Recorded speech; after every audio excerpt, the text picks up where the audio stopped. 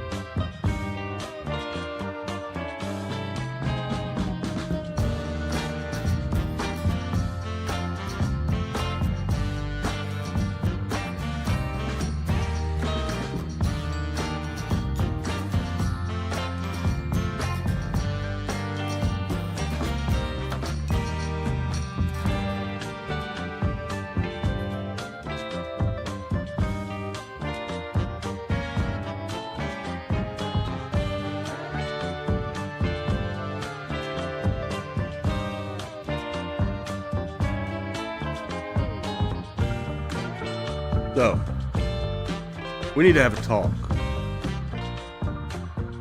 And not in the scary way that I present it, because today is Saturday, and ladies and gentlemen, it is time for some court.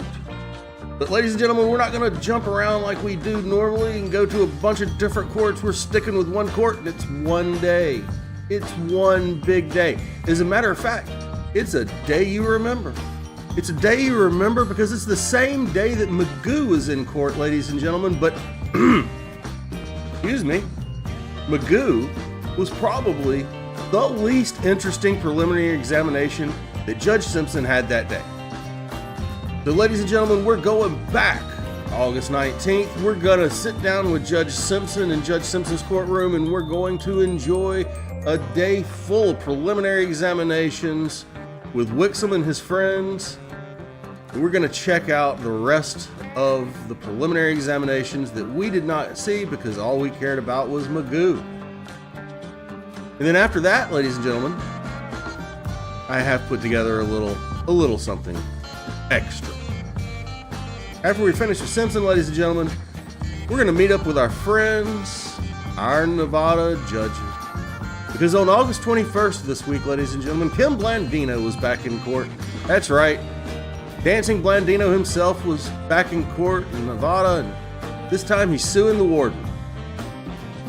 We're here to see it. Our Nevada judges covered it. We're going to watch it together and comment on it. That's what we're here to do, ladies and gentlemen. It all starts right now.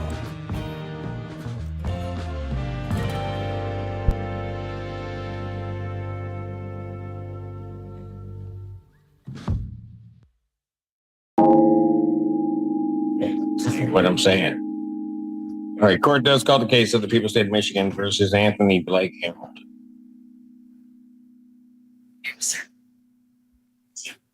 It's going.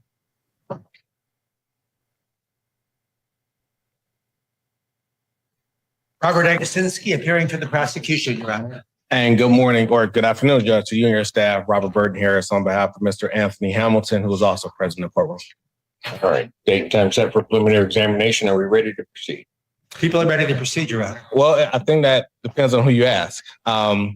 So me and brother counsel have spoken, and it seems that the complainant who is the subject of the charging document and also the main complainant in this case is not here.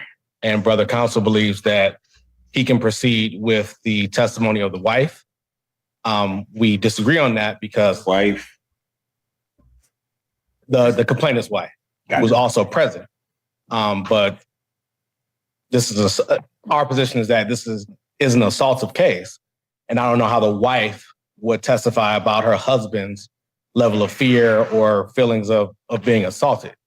Because in this case, the complainant witness was not assaulted. So I don't know how the wife would actually testify to that, but brother counsel can speak to that, I guess. Certainly she can testify as to what she saw. Yes. That's correct. But I think that if There's, quite frankly, if there's been a dispute as to what his feelings may have been or anything along those lines, and I'm not saying that the court's ruling that, but that may be an issue of fact for the fact finder, which would have the matter proceed. So are we ready to go? We're still ready to go, Your Honor, with what we got. All right, you can have a seat. Call your witnesses. Yes, Your Honor. They're all supposed for it, I think, at this time. So I think I will call 4 during the exam.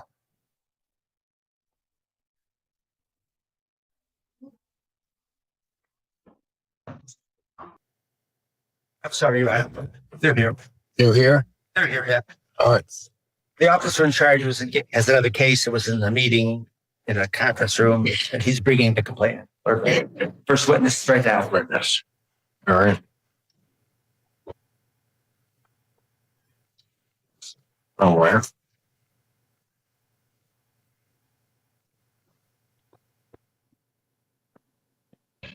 All right, who is your first witness? Yes, this is the first one. Listen, it makes come right. Then please come forward and be sworn.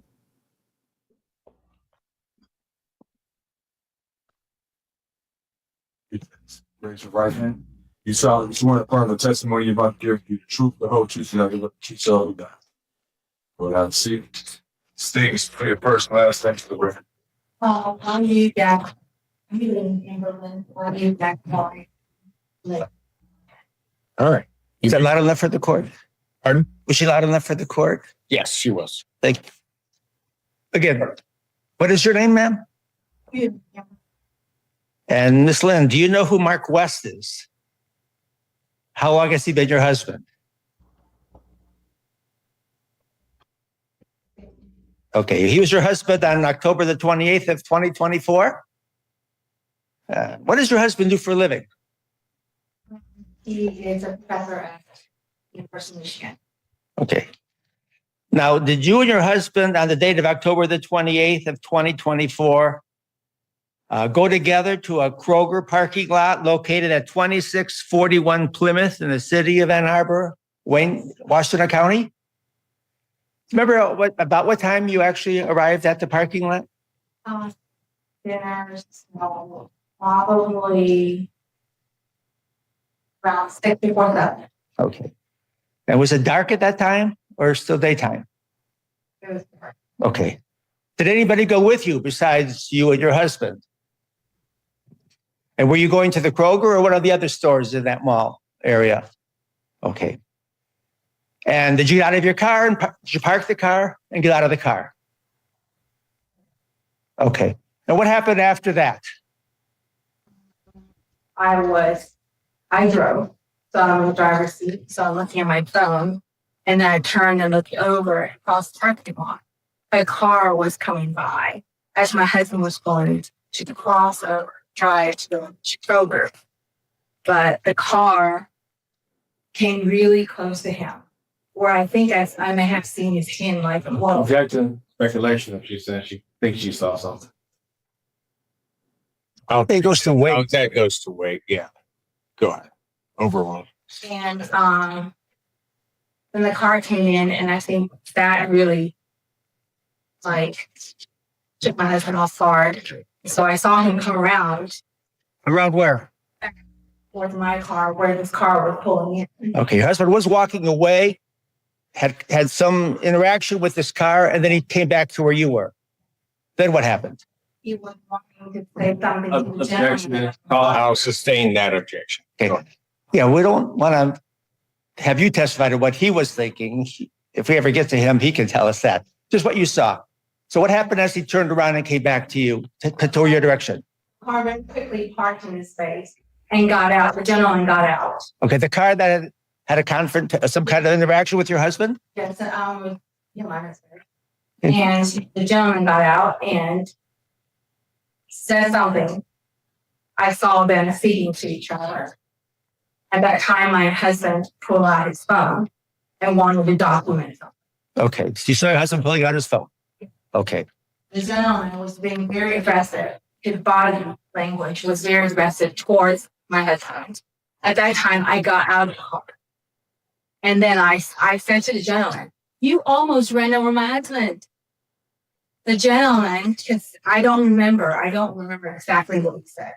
He said something, also to daughter, I did, okay, you're going to film me, I'm going to film you too. Then he took off into Kroger. took off into Kroger. Okay. And was that close by, Kroger, to where you were? No, because we were kind of maybe 20 cars into the park. Okay. When you had a conversation with this young man, was it at the back of the car that he had parked? Yeah. Do you remember what kind of car that was? It was a light colored, like a 4-door. Okay. I don't know what it was. And when you say young man, how about how old or young are we talking about? I want to say 30 to 40. Okay. Do you remember what he was wearing? Okay. So you and he and your husband all had an interaction, and then the man went into Kroger. Then What happened then? my husband said, he almost ran over me. And at that time, he spat on his pants because then I had to get out a Clorox wipe for him to, because it was in his glass and it was like all over his face. So I wanted him to wipe it off. So who spat on whose face? The gentleman did. Gentleman did what? That almost ran over my husband. Spat on your husband's face. Okay. At what point did he do that? When he was exchanging words, when I saw some interaction was happening, I got out of the car. So that had all. Okay. So you saw your spittle on your husband's face and you gave him a Clorox to wipe it off. Yeah. Then what happened? Then at something then my husband said, he almost ran me over. And I said, I know, I saw that. And I was helping him, wiping everything off. And to me, I had a phone. I should have been videoing everything, but I didn't. Then a gentleman came out of Kroger as we were, and then my husband said, I'm going to call the police. So he decided to call the police at it. Okay. They said the gentleman came out of Kroger. Was that the same gentleman that went into Kroger? And when your husband said he was going to call the police, was that before or after the gentleman appeared coming out of Kroger? I think the gentleman came out and things more than my husband. And then he said, I'm going to call the police right now. I'm calling the police. Okay. Then the gentleman said, go ahead. You call the police. Okay. And then he got into the car, slammed the door, and started back out. Who did that? Okay. Now, where were you and your husband at the time that he got back into his car and began to back out? Because there was not a car parked on the driver's side of his car. And then my husband said, no, you can't. Yes, dumb. He was dumb. He actually went behind the gentleman's car and then tried to stop him, thinking that he stood there. He would not back up. So no, the gentleman put it in reverse and then proceeded to back up quickly. So Okay. then he jumped out. Okay. He being your husband. But Okay. Then what happened? then the gentleman in the car that almost ran my husband over decided, I said, honey, you got to move out of the way. He decides to drive and swerve, almost hit my husband. Because now you said your husband was behind the car. Yeah. And had to back out of the way when the man backed up. So now we're on the left side of his car. Okay. Right? So he backs up and then he stops and intentionally, maybe like. Yeah, can I ask the intentional? I'll sustain the objection, but you can tell us what you saw. And what did you see? No, what did you see? Then my husband had to swerve out of the way and bumped him on his hip. When the man backed out and began to go forward again, how would you describe the movement of the car? Okay. Okay. He sped out of the parking lot. Now, have you yourself ever seen a video of that incident during the police investigation? Okay, I wonder if I could show you. This I need a few moments to set up, Your Honor. People's proposed exhibit number one. All right. My tech is way low. Okay, that's fine. So we're going to use this computer. Should HDMI cord, you know what that is, that's underneath. That's Barely, yeah. computer. Let us know when you're ready, and then we switch it over so it'll be on the screen. Let me help you. Oh, there you are. Thank you. To the rescue. No, it's okay. Like, there's like 30 people in here. She's the only one kind enough to know. There are 30 people that know. You want me to point at them? Ms. Weidling, can I have, I didn't warn this staff that I am going to be slow at this. Ms. Weidling, can I have a copy of this record where the court called me kind, please? Thank you so much. Motion to strike, granted. Oh,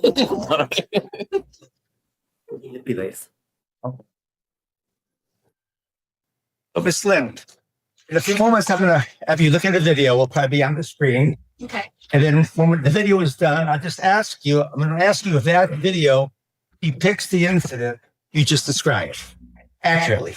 Okay? And that'll be my last question. Okay, for the record now, we have the video, people's proposed exhibit number one on the screen.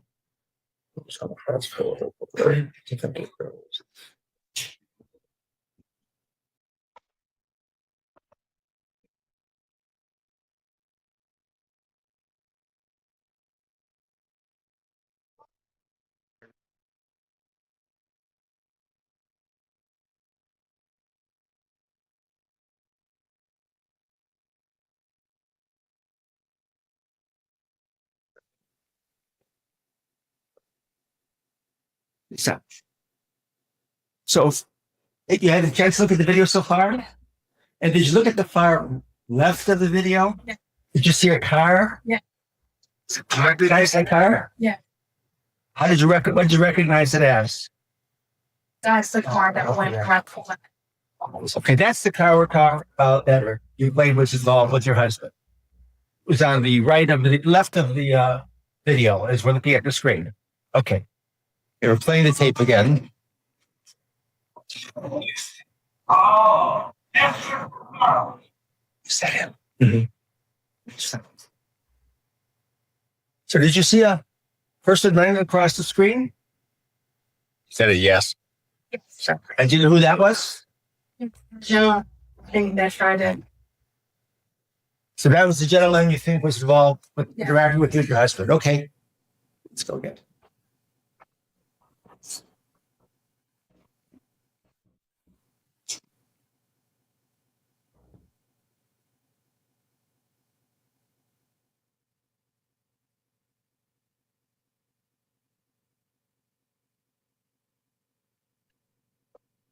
If you just fall back. Yeah, that was the one. Yeah.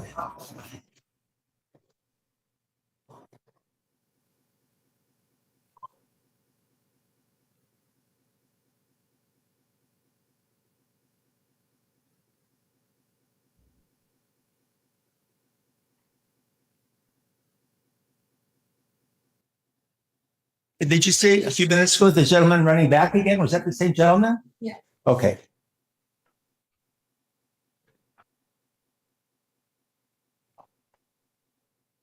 If that's forward a little bit. No.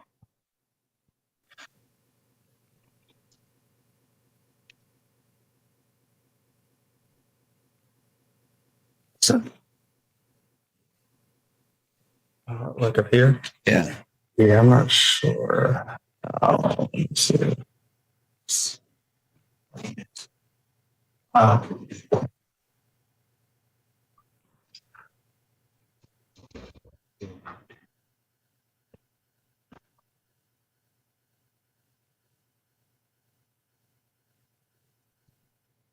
Fast forwarding a little bit.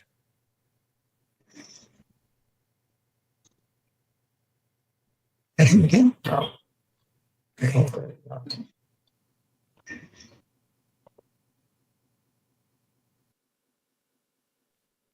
I didn't see it. Didn't see it. Did you see it? Did you see your husband get hit? Right on the You right. back that up just one moment. See that again. Think the incident? Yeah. Yeah, I did. I just sent it Maybe back. just did because the white truck pulled in. I see. So that's the her husband that was just behind the pillar. Can you get on closer? Let's try to see if we can. Is that your husband's voice? Yeah. Okay. Is it? I don't know. Is that enough, Your Honor? Yes. What happened after that? I get to have a lot of questions. What happened after that? After your husband went out, what happened after that? Well, because he's trying to get out of the way of a car that's trying to run him over. Objection. So he, Sustained. What happened Part of her. between the two of you then after the car? he got up, I helped him up. Then we waited for the police to come. And another gentleman came who happened to be over this. Okay. Okay. Now he was in the store for a couple of minutes, was he not? So what were you and your husband doing during that time? He was talking to the police. Okay. On the phone or in Yes. person? Okay. And did he give the police the license plate from the car? Yes, I believe he took a picture. Oh. I'm not sure. Then when he was his camera, took a picture of the license Yeah. plate? Okay. Did he get medical attention after that? Where was he hurt? Well, he just fell, right? So, just very light. Bruises? you Yeah. mean? Yeah. He didn't stay overnight at a hospital. No. Okay. Now, did there come a time after this incident happened that the police called you down to the police station to see if you could help identify who the young man was? And what did they do when you went down to the police station? What happens there? That is separately, gave us a series of pictures. Separately, you and your husband you're separated? Yeah. And you're told to look at some pictures? Yeah. Okay. Did you identify any of the pictures? Why? You know whose picture that was? At the time, I thought it was the person. Okay. And at the time you asked how certain you were, didn't you? Yeah, How certain did you say you were at the time? 70. 70% certain Yeah. of the picture that you identified as what? Identify this person as what? As the person we try to run. Okay. Had you ever seen that person before that date? No. Okay.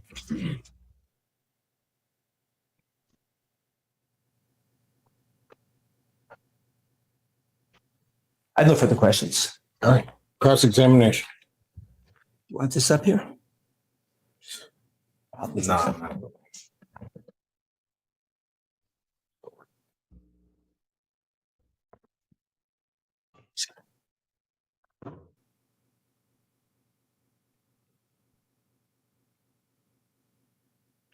Where were you and your husband coming from when you got to the Kroger? Across the street. Does that restaurant, do you frequent that restaurant often? Do they sell alcohol? Yes, we did. Did you or your husband have any alcohol that night?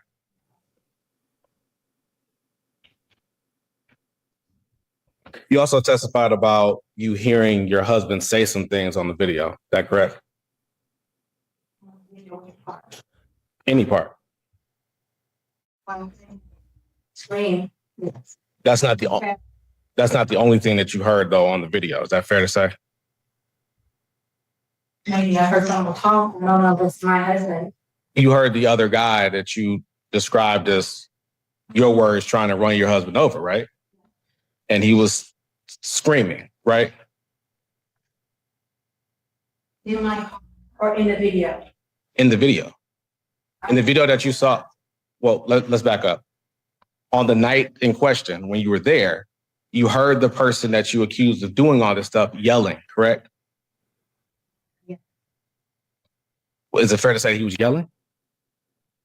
I think I said they were exchanging words. I don't know if it was yelling. You couldn't hear what they were saying at all. I was in the car.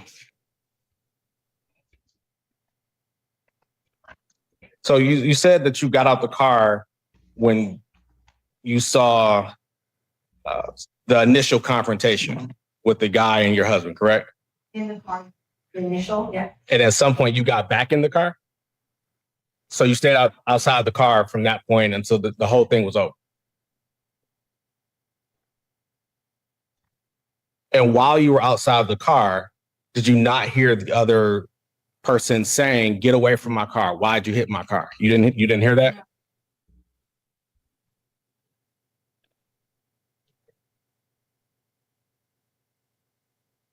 I was really trying to tell John that he's wrong.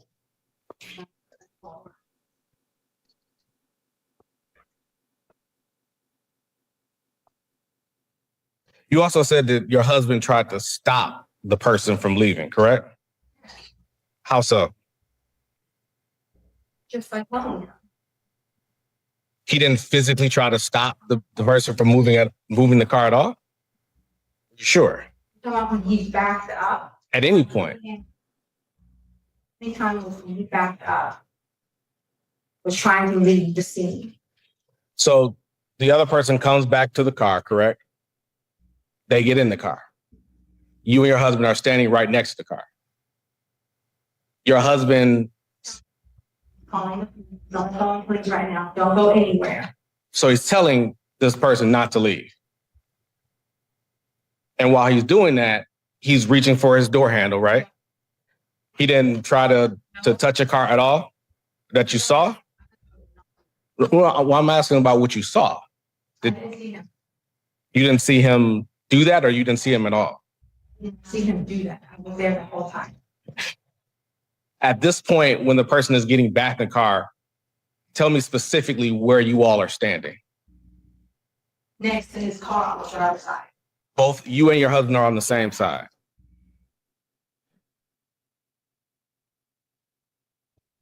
So your husband gets behind the car. Did the person driving the car just hit the gas and run your husband over?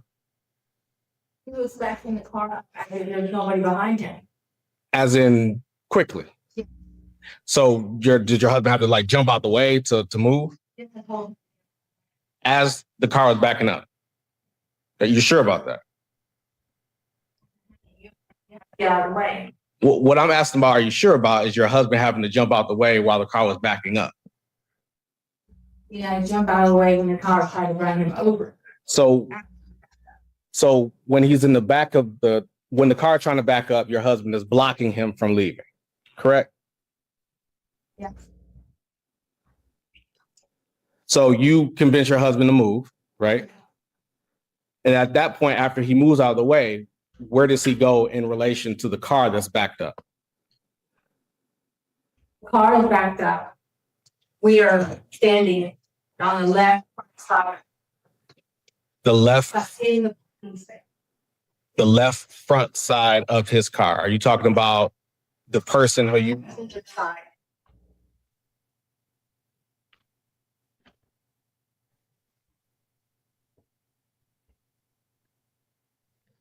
So you're not directly in front of the car, but you're on the front passenger side in the front of the car. And that's because your husband is still trying to get him not to leave, correct? Because he's still on. Yeah. So after the car backs up, does the car back up and then straighten it all, or just backs out of the parking spot? The car is parked like this. He backs out. with a little bit more room. We're standing right here.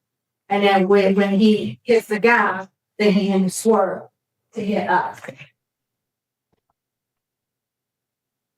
So he didn't drive forward and then have to turn left to go out of the parking lot. You're saying that the car specifically swerved to the right. Yes. Judge, the video you've seen, I can replay that, but it's just zoomed in, so I think you can get a better view if you think you need it. I don't need it. I mean, I can see that.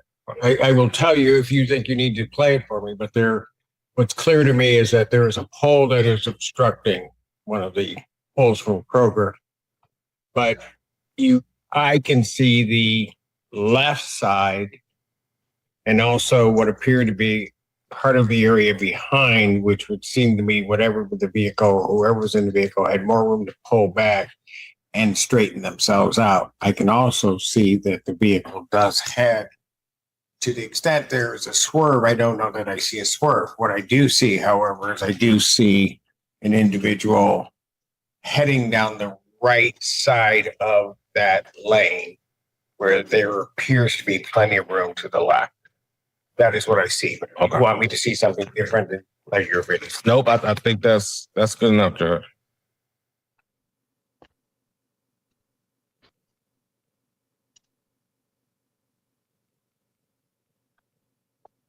You also say your husband wasn't injured at all, correct?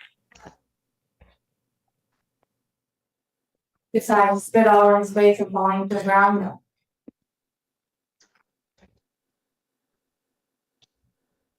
You also said something to the effect of, at the time, I thought it was the person. Do you remember saying that? When we were talking about the identification, when you went to the precinct and identified the person who you thought did this to you and your husband, or at least to your husband, do you recall saying, I thought at the time it was the person? And so you were wrong at that time, correct?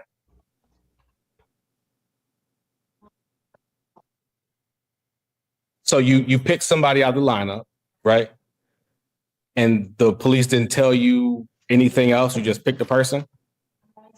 Until yesterday. Okay.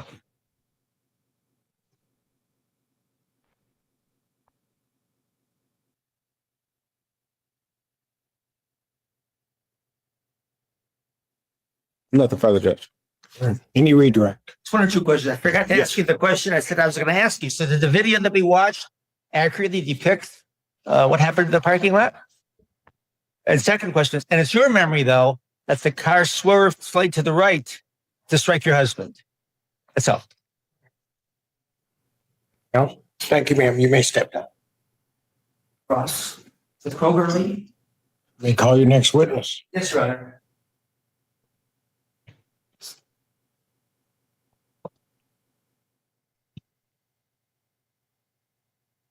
Well, waiting, it's my understanding, talking to the defense counsel, he would stipulate to the admission of People's Exhibit number 1 as accurate video for the purpose of the examination.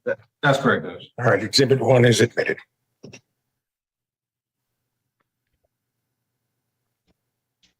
Come forward to be sworn.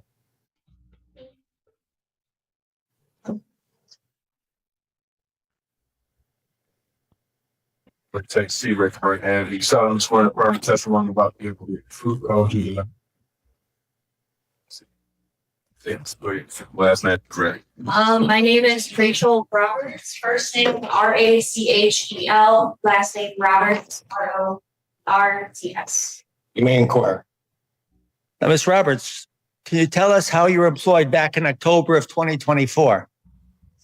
Protection specialist for Kroger. Okay, which Kroger?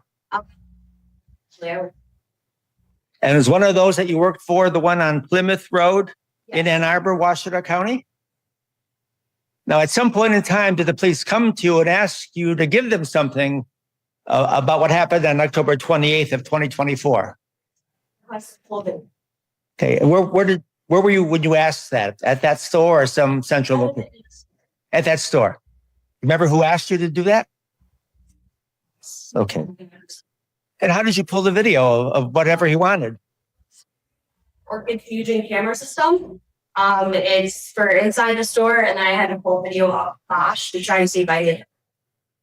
Okay. And what happened when that happened, when you tried to do that?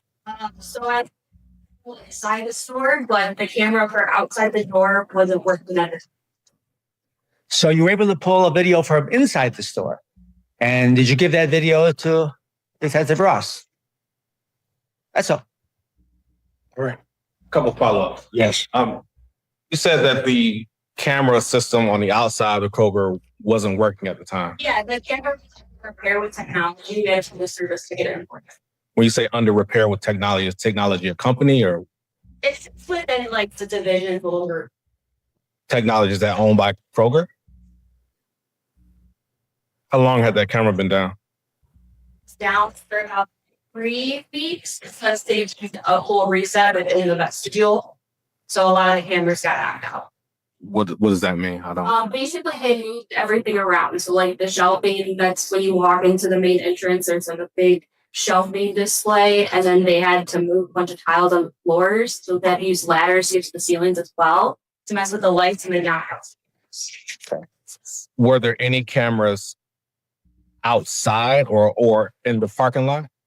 There was a camera straight to the parking lot in the middle. There was a camera to the right, and then the camera that I needed was actually right outside the entry door. That's where it is.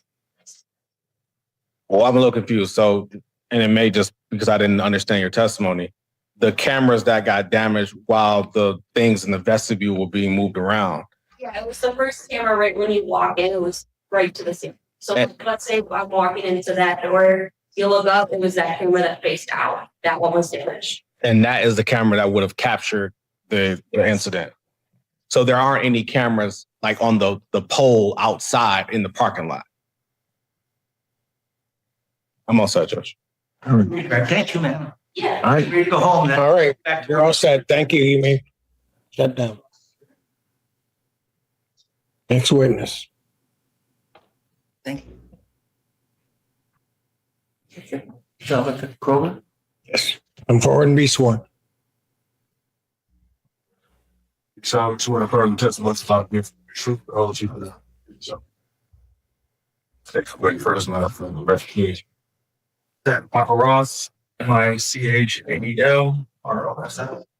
Are you man choir? And how are you employed, sir? I'm a detective with the NRW. How long have you been an Ann Arbor detective? 6 years. And at some point in time, were you, pardon me? Detective. 2 years. At some time, were you asked to be in charge of the investigation of the incident that happened at the Kroger parking lot on Plymouth Road in Ann Arbor on October 28th of 2024? Yeah. When did you get involved in that investigation? I was assigned that case to investigate.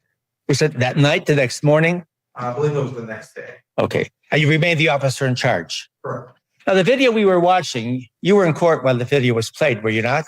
Yeah. Okay, where did you obtain that video? Yeah. Where did you obtain that video from?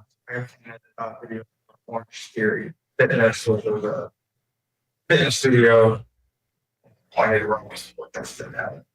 Okay, is that in the same shopping area as the Kroger? Is it? How close is it to the Kroger?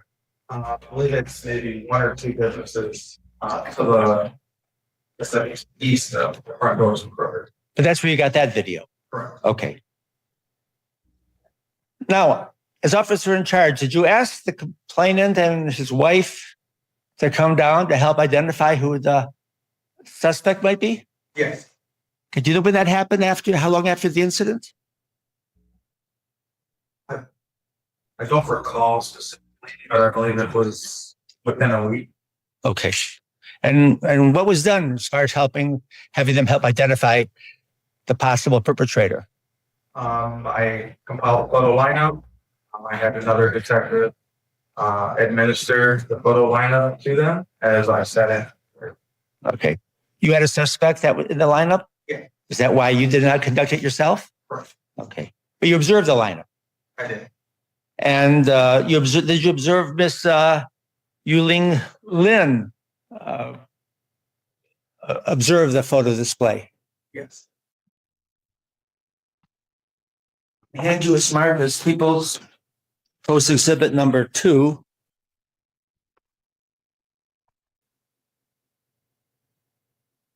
and ask if you could tell me if this recent neighbor is. This is a photo lineup that I put together. Okay. And is the defendant in that lineup? Yes. The defendant, are we talking about somebody in court today? Could you identify who we're talking about? He's sitting right there with the marks. Well, Could may the record reflect he identified the defendant, Anthony Hamilton? That objection record shows so reflect. Thank you, Your Honor. And what happened then when Miss Lynn observed the photo lineup? we showed, well, the other detective showed her each individual photograph and went through with her to see if anyone looked familiar to her as being suspect. And what happened? She selected Anthony Hamilton, said that he looked familiar, and that she was 70% certain that it was. Okay. And is Anthony Hamilton the defendant? Okay. What photo was it? In the exhibit I've given you, what photo was in that exhibit? Okay, so she said he looks familiar, and about 70% certain that's him. Okay. Now, at some point in time, did you also have a chance to investigate the 911 tapes involving this case? Yes, but I did not. I did not. Okay, not originally, but have you since? Yes. Okay. And in the call, was the license plate of the vehicle given to the 911 operator? Yeah, that's I think straight here, sir. Excited veterans, Your Honor. Well, he needs to lay a foundation for that now. You just can't assume a 911 call foundationally constitutes a excited utterance. I think Miss Lynn did do that. Husband was almost run over. She claims that was just before the backing up incident. Was excited, was calling, got spit in the face, and was calling the 911. Well, herein lies the problem of why we don't have the active complainant witness. I don't recall the complainant specifically saying that her husband made some excited utterances or laying that foundation. I know that what she described and said that her husband said, but she didn't explain how he said that and laid the proper foundation to get the. Why is the license plate hearsay at this juncture? For this witness, because he watched the video. Or I'm sorry, he listened to a call and he's relaying what was stated in that call. But was it really for the truth of the matter asserted or for what was said and what they then did? Well, Going to his state of mind as for the truth of the matter. Well, I would argue that it's for the truth of the matter asserted because Brother Counsel wants us to believe or wants you to know that what my complaint was and actually if it was given. And also the best evidence of that will be the 911 call itself. Maybe. Well, when I'm not necessarily I don't know what I'd be accepting for the truth of the matter of what, if you're saying it's hearsay. That the complainant gave the license plate and what that license plate is. I'm assuming that's what Brother Counsel is going with the question. For the truth of the matter of what the license plate is.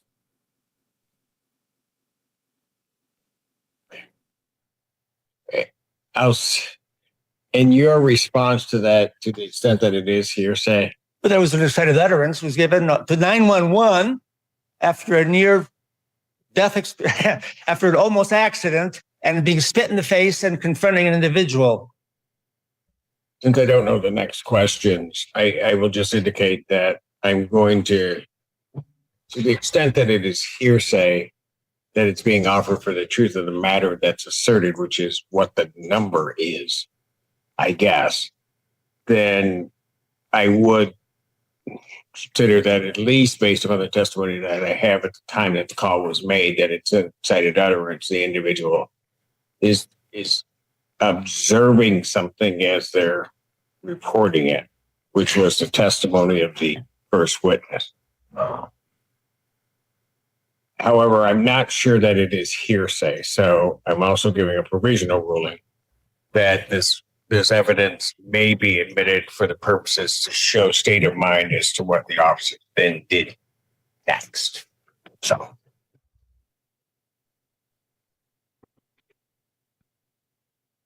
You indicated that you did hear a license plate over the 911 call. I believe so. What did you do with the information about the proposed license plate number you heard? At that time, nothing, because the vehicle had already been identified in the reporter. So the 911 call. Okay, did you ever learn what vehicle matched the license plate number that came over the 911 call? Whose license plate that was? Yes. Objection. That's now, I don't know to what extent he has done this investigation to find out what license in the car, the driver or the registered driver is associated with. I don't know where that information is coming from. I don't know if partner told him that. I don't know what steps he took to find that information personally. It lacks foundation, and it sounds like hearsay. Response. If the information as to the license number is allowed in, then I think he's allowed to say what the investigation of that license number led to. Well, just because you frame something as a part of an investigation doesn't make it per se admissible. And we're not talking about information he got from 911. We're talking about information that he obtained some other way that hasn't been explained or made a foundation. You get, sir, something to understand just you get a license plate number and then through use some tool, I'll put it that way, available to you to identify that license plate number and what it's attached to, or the vehicle that it's attached to. Would that be correct in summary? Yes. Well, I'm going to, I mean, quite frankly, within a matter of minutes, I can get a certified record if I know the number, and we can be done with this whole argument because it seems rather silly to be arguing at this point in time. I'm going to overrule the objection. I'm going to allow him to testify as to what he did and what he discovered. What did you discover as to what car that license plate belonged to? Cynthia Harris. Harrison? I'm sorry. Yes, I think it is Harrison. Do you know her relationship to the defendant? I believe it's her not. Okay. Now, at some time, did you go to Kroger to try to get a tape from Kroger? I did. Do you know how long after the incident that occurred? I believe that was also the next day. Next day. And you heard Ms. Roberts testify she gave you a tape. Right. Do you have a copy of that here? Yes, it is on the flash. It's plugged in already? Play. Play. Just click on it. Look, okay. And did you have a chance to review the videotape that you were given? Yes. What did you see on the videotape? I saw the suspect enter the store. We could see his face a little bit better. Store video compared to that SOS photo and determined that it was the same. I wonder if I'll hit play and tell me if you could tell us if that shows what you said it shows. And if we need to fast forward, you'll have to come down and do it.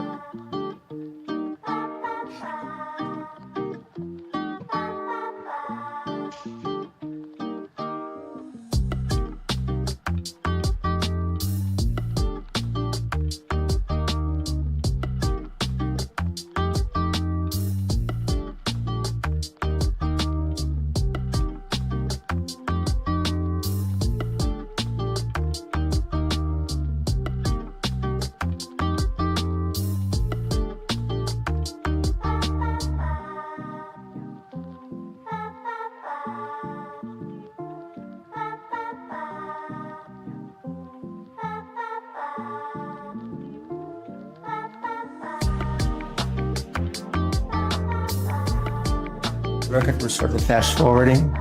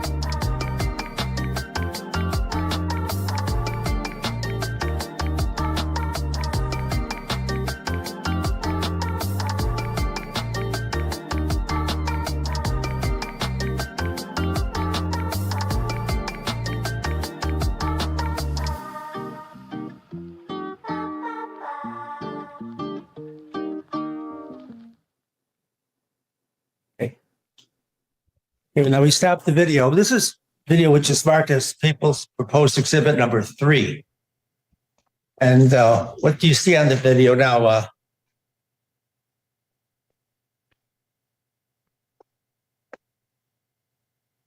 The suspect involved. Yes. So Now, how do you relate the person coming through the door, as we see here on People's Proposed Exhibit number 3, with the incident? based on the other video. What do you mean based on the other video? So the orange theory video, see the description of the individual that was involved. That video on story embroidery. And how about time? Is there a time coordination between the first video and this proposed exhibit number 3? I mean, was that done at all, or is it just a closed description? Yeah, it's a closed description, and I think the time. I don't think the time on that Kroger video was the accurate time of day. I don't recall, but the video said. Okay. Just want to hand you what's been marked as by me as proposed exhibit number 4. That's the at least one. Can I take a gander? Oh, I'm sorry. Yeah, I'm sorry. It's this On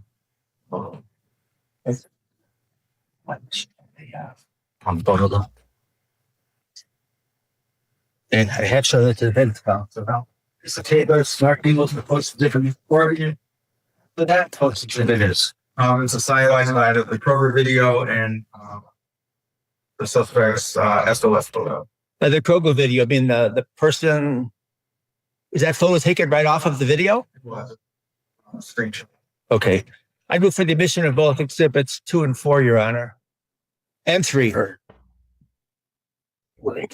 Any objection or what here to any of One question. The photo, there's 2 photos on the exhibit that you have, correct? Yeah. The one photo that is a portrait, is that the same portrait that was used in the photo array? Well, yes. Oh. Then I have no objection. exhibit 2, 3, and 4 are admitted. I have no further questions, Your Honor. Cross-examination.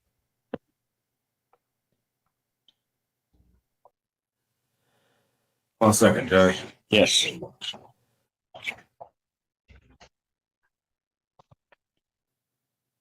I don't have any questions for the witness, sir. All right, very good. You may step down. Thank you, sir. I have no other witnesses, Your Honor. I move to bind over on the charge of great bodily harm and felonious assault. Response. So part of the reason why I asked, Your Honor, if you needed, or if it would be helpful to view a more zoomed in picture of this event was because I don't know to what extent a person can illegally try to hold a person in a spot, because what the proofs were did not rise to the level of a felony. And as Your Honor knows, the only way that a citizen can make a citizen's arrest or keep somebody in a place they don't want to be is if they've committed a felony in their presence. There was no felony committed, at least before the purported use of the car or the misuse of the car. So you have a situation where even in the video, you can hear,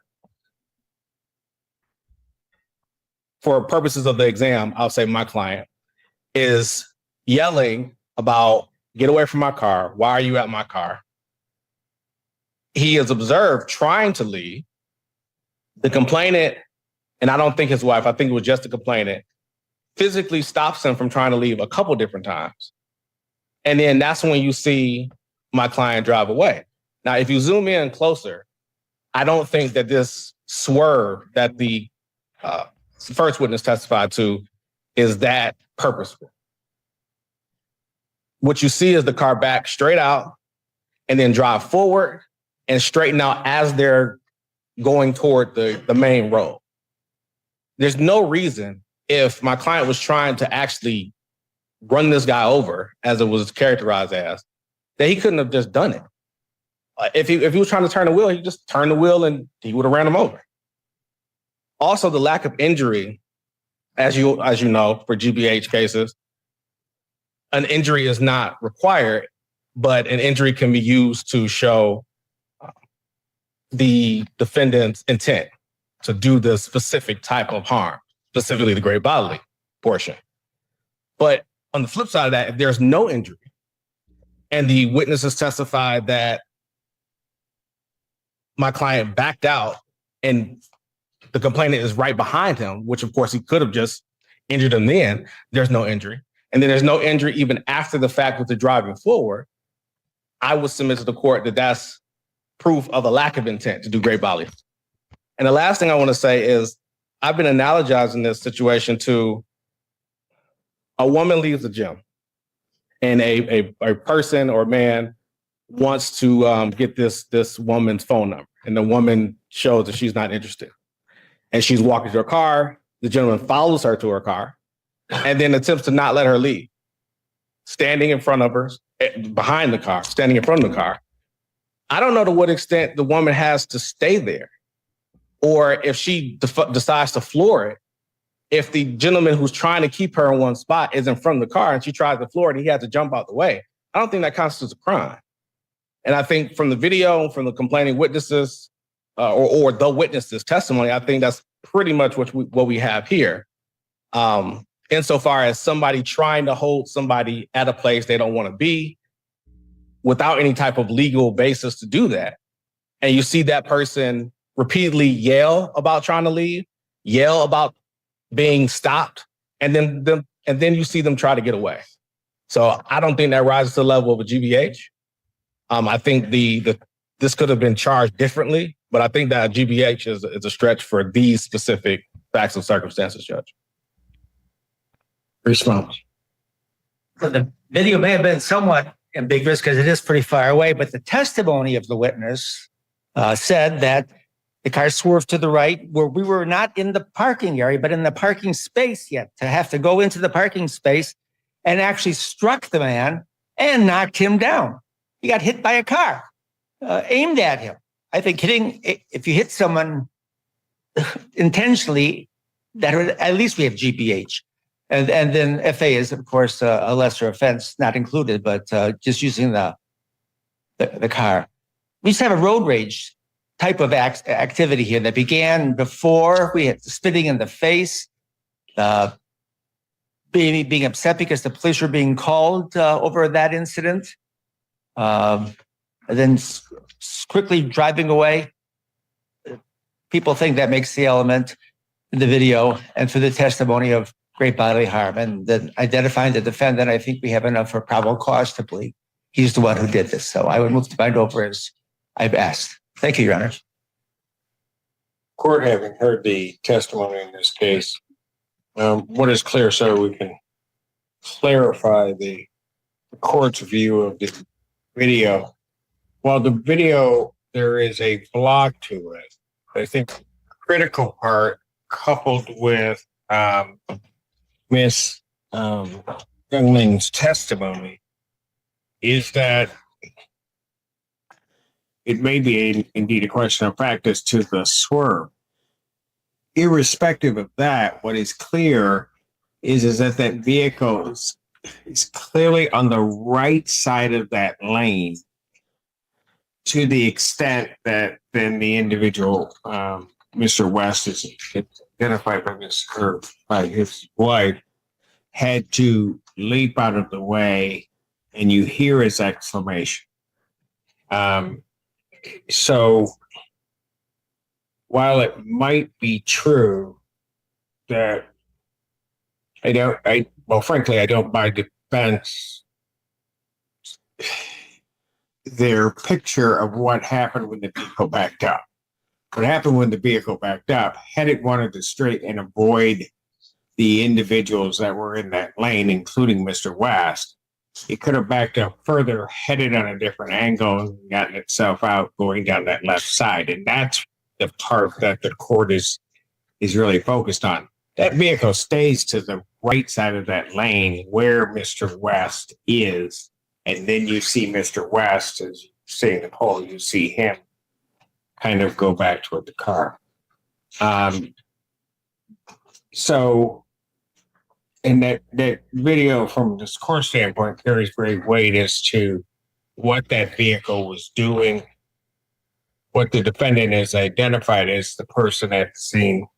And there is at least enough evidence for the court to believe that the defendant was indeed the one that was driving that vehicle. It's clear to the court that the people have sustained their burden in this case of the necessary elements as to both offenses in this case, both the assault with intent to create great bodily harm less than murder, as well as the other offense of felonious assault. It is, I will address it, but I don't think that it's absolutely necessary on this court's part. I don't think an individual where there is some type of altercation, remembering that the spitting in his face occurred, the spitting in his face and what's occurring between these individuals has occurred prior to the point in time that he is now calling the police, asking for, that he's calling, basically asking for some type of police assistance, but then also requesting and standing where he's standing to have this individual wait. I don't think that was any type of false imprisonment. I don't think it was anything other than Mr. West attempting to try to get this individual to stay there until the police left. And really has no bearing on or any effect on the rights of the defendant in this case, because he actually did leave. He was free to leave. He did leave in the case. And again, I don't think it has any bearing on that. I would also note that I do find the testimony of Miss Yulin very credible in terms of what she saw. I don't think she was attempting to try to exaggerate things, but also she was testifying in essence about two events that occurred that night that involved, well, really three, but two specifically would have involved her husband being hurt. So certainly, and I don't say this with any disrespect, that there was some emotion involved in that, but also the spitting on his face as she's observing it. She's testifying about that. So the court would find, based upon all of that, taking all of the evidence into consideration, that the people have indeed sustained their burden and would bind the defendant over to stand trial on the account of assault with intent to do great bodily harm less than murder, as well as assault with intent or assault with a dangerous weapon, the felonious assault. I just want to be clear, while they're not the same, the felonious assault and the assault with intent to do great bodily harm less than murder, Mr. Prosecutor, are those all the events that occur in the parking lot itself? Yes, Your Honor, that's the alternate, depending on what the fact finder decides, alternate results that it's available. FA is not a necessarily lesser included, so. Exactly. Okay, I just wanted to make sure it didn't include a separate event that was testified to regarding the vehicle coming at Mr. West at another location during that night. No, Your Honor, it is the same. That same incident. Yes. Okay, so I will bind the defendant over. The people have sustained their burden on that. I will also bind the defendant over on an additional charge of assault with a dangerous weapon. That being the event that occurs in front of the store that Ms. Lynn testified to, where the vehicle approached and that Mr. West had to extend his hand. So I will add that count 3 of that felony. I will also add a count 4 assault and battery, the simple misdemeanor for the spitting in the face of Mr. West. So therefore, the defendant is bound over to stand trial on counts 1 and 2 as stated in the original complaint, as well as count 3, which the court is adding of another felonious assault, specifically with reference to the initial event.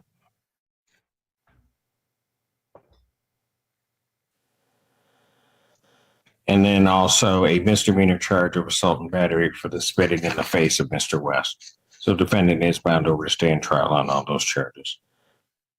If we do the arraignment here, correct? Yes, that is correct, counsel. So we would waive formal reading to the extent Your Honor has not already read it formally in the statement. All right. Defendant having waived formal reading, standing mute, the court will enter a not guilty plea as to all 4 counts. Pretrial in this matter will take place October 9th at 1:30 with Judge Slay. October 9th, 2025, 1:30 before Judge Slay.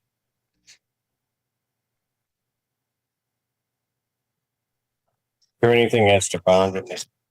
Yes, Judge. Go ahead. So obviously my client is here and in custody. And the last time we were in front of you, he was not. And I think that Your Honor probably is aware of the factual allegation as it relates to why Your Honor wanted to address bond. A couple of things though. I was a little confused about the court's instructions, not because of anything your staff did, but I had never seen a person be expected to report to jail without a specific order. But regardless of what I saw, when I explained the situation to my client, and explained like, hey, you may want to report earlier than Tuesday, he was more than willing to do that. And I can't say that would have been the case in most clients I have, honestly. So I think that counts for something insofar as he's willing to come to court when Your Honor doesn't even explicitly say it, but it's expected for him. So I think that goes in his favor. The other 2 more important things, though, about bond, Judge, is that my client, I think Your Honor is familiar with him from past cases. He received services through this county. One of those services is the use of a support dog. There is no one else to care for this dog while my client is in custody. My client is, of course, I have pictures. I can show the court. I think that you are willing to take my word for it, that his relationship with his dog is probably one of the most important relationships that he has with any being on this planet. The second thing that is also important and relevant to bond, Judge, is that he also received a housing voucher, and he will be disqualified from receiving that voucher if he is in custody for more than 30 days.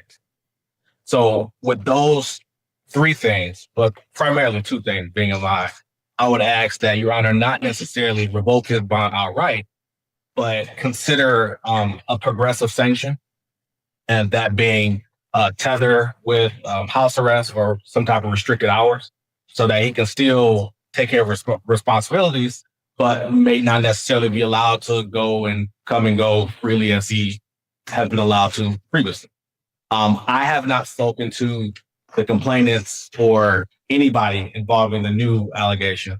But what I've been told is that regardless of what the police agency investigating that does in terms of submitting a warrant request, I've been told that there's not going to be any follow-up with the complainants and that this was actually a misunderstanding. They know my client, and he frequents there often, and he hasn't even been trespassed, as far as I know. So I would just ask Your Honor to consider those things in relation to bond and not necessarily just revoking it and put him in remand status until his trial. I don't need a response. As to the first issue regarding the defendant turning himself in or not, the court had received a bond violation report from the Ann Arbor Police Department. Court reviewed it. The court, based upon that report and based upon the bond conditions that the defendant was under in this particular case, decided to issue a warrant, no bond. There doesn't need to be another order because he was going to be taken into custody 1 of 2 ways. I think it was your office and maybe you that called my office to determine what he should do. I don't think any specific direction was given whether or not he should turn himself in. However, there was a valid warrant out for his arrest. Quite frankly, from my position, whether your client had turned himself in or not, or whether he just walked in today, I was going to take care of it. So it really is, from my perspective, 6 of one, half dozen of another as to what he did. Maybe he spent a little bit of additional time while in jail.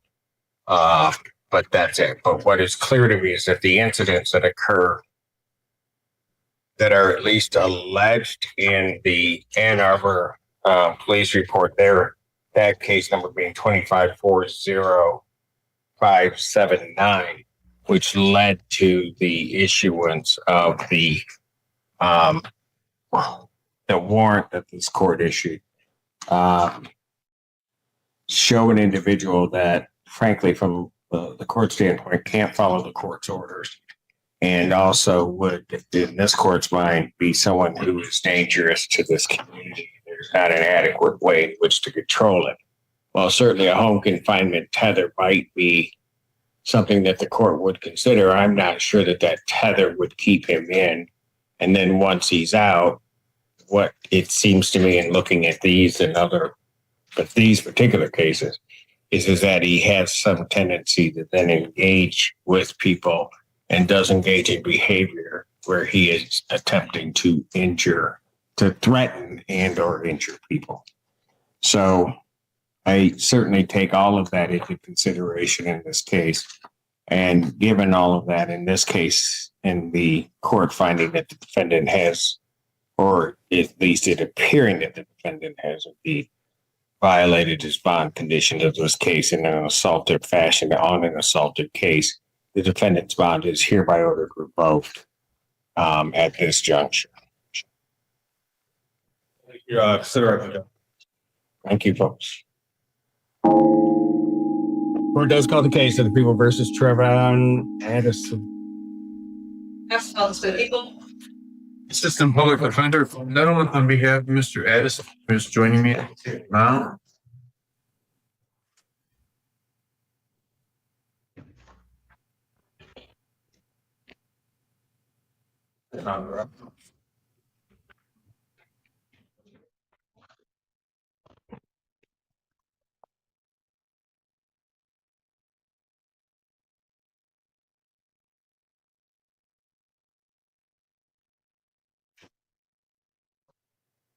Did you proceed? Your Honor, for the record, I did extend a misdemeanor offer to Mr. Addison to plead to banana count 3 of larceny, 200 to 1,000. I understand that he's rejecting that offer. Mr. Addison, is it true that you wish to reject that offer and hold your preliminary exam? Absolutely. Your Honor, my first witness is Shafi Vermont. Okay. Sir, please come forward to be sworn.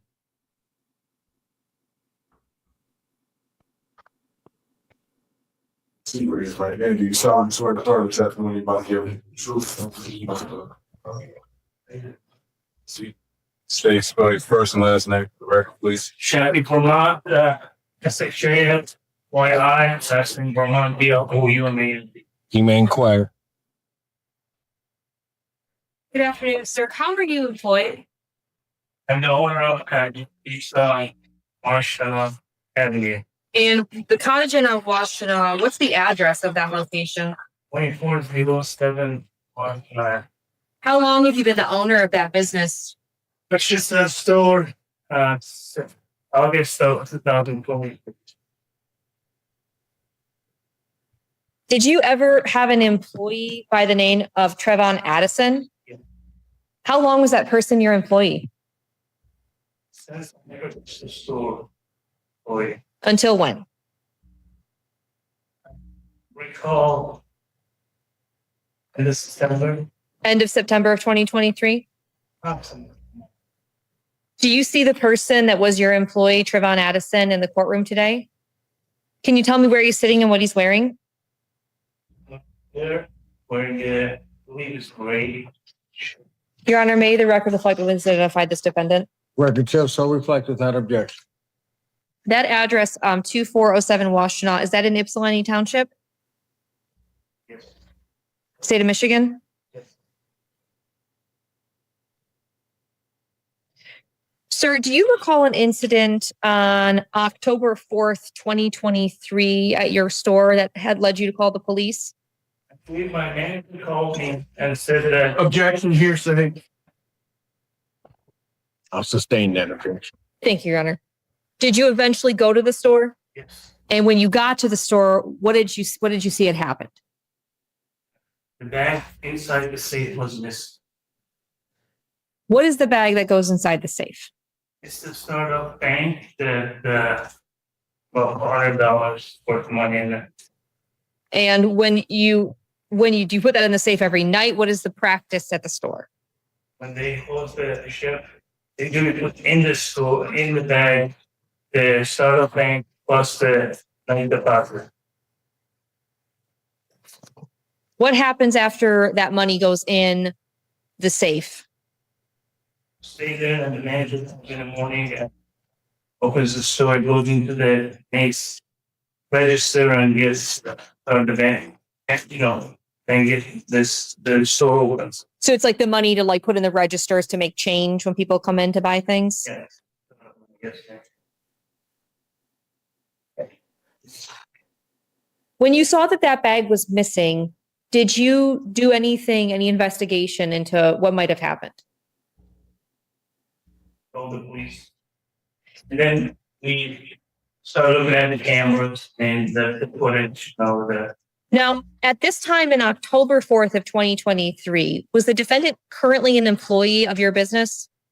He was let go privately. And to your knowledge, did he have a key to the business? Yes. You hadn't gotten that back when you terminated him?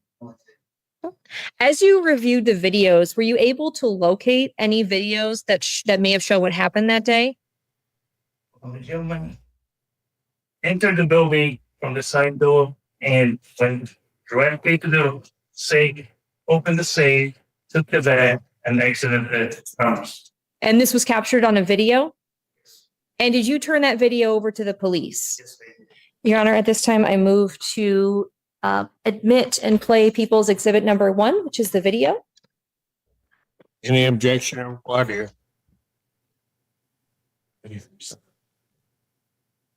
We'll stipulate if it's the video that was turned over.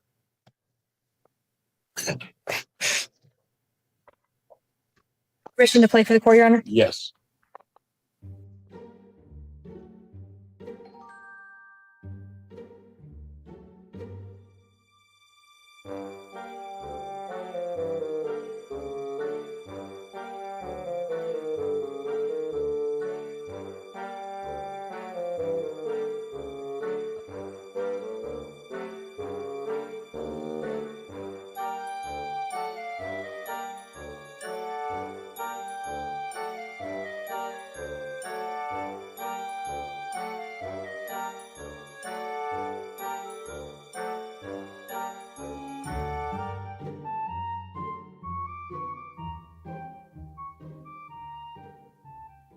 Sir, when you reviewed that video, did you recognize the person in the video? Police, objection hearsay. I What? yes. You did. Okay. Who did you recognize that to be?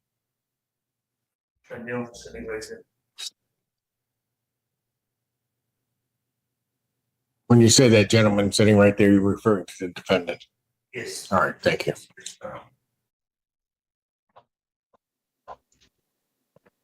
Did you give the defendant permission to take anything out of the safe? Did you give him permission to enter the building? Did you at any time before this happened tell him that it would be okay if he came in and borrowed money out of the safe? May I have a moment, Your Honor? You may.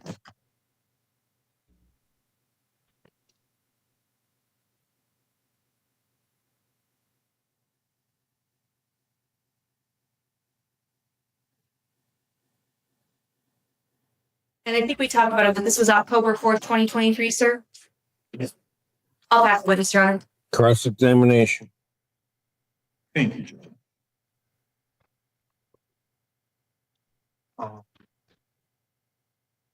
It's Mr. Brumand. Boom on. Okay. My name is Ben Denham. I'm the public defender for Mr. Addison. I'm not going to try to trick you or anything. If you don't understand the questions, feel free to speak up. Okay. All right. So bought this location in August of 2023. Is that correct? Yes. And Mr. Addison already worked there when you bought it? Employed by the purchased the store from the Admin Corporation, and he was already employed at Fort Cat. Okay. Did you know him at all before you bought the store? All right. And then you fired him in September? Is that right? About a week prior to the incident. About a week. Okay. And the incident was October 4th, 2023. So a week prior would be like the last week in September. Well, do you recall how long Mr. Addison worked for you? Maybe a couple weeks. Couple weeks? Okay. Do you actually work at this store? I go to the manager. Okay. Like during those 2 or 3 weeks, how many hours were you present at the store with Mr. Addison? 1 hour total? Okay. And that would be the 1 hour total of your lifetime that you've ever spent with Mr. Addison, correct? Yes. Okay.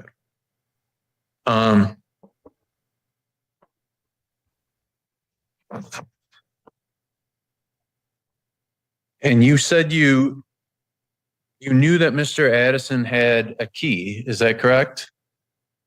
Did he work at other cottage pizza locations? I don't recall. I don't know. Oh, do you own other cottage pizza locations? One other location in Pepsi, but He doesn't work at that one. Okay. Did cottage pizzas have the same key to different locations? All right. Was Mr. Addison a manager? That's a shift.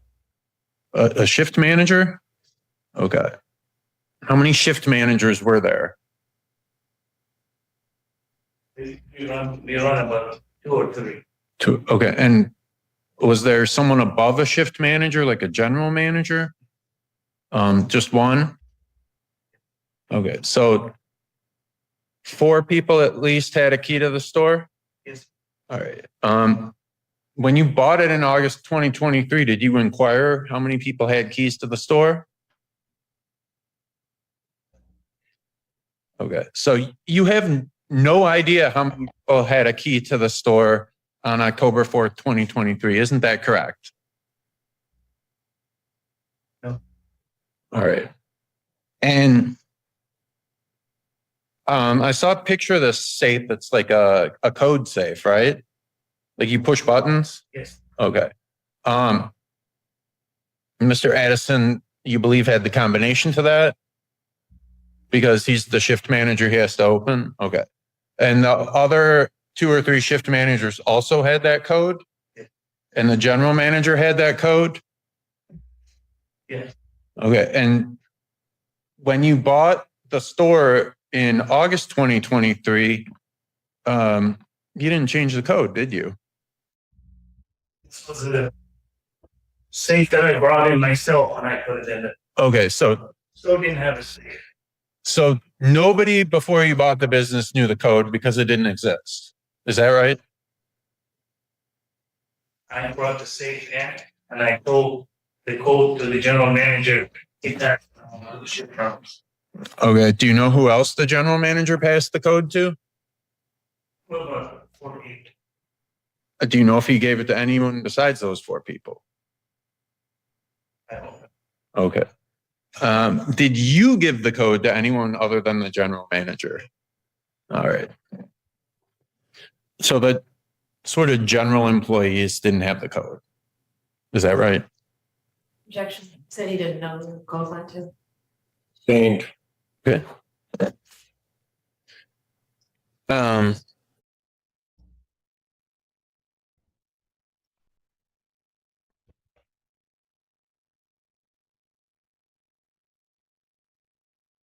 And People's Number 1 is a video that you gave to the police. Is that right? Yes. Okay. Your Honor, can I see if I can get this back on the screen? Sure. All right.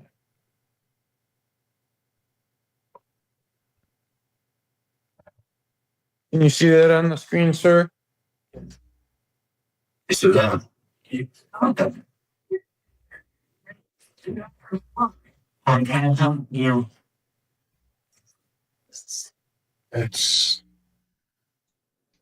All right. Would you agree with me? This person just walked in the door at what's labeled 12:19 and 38 seconds AM on the video.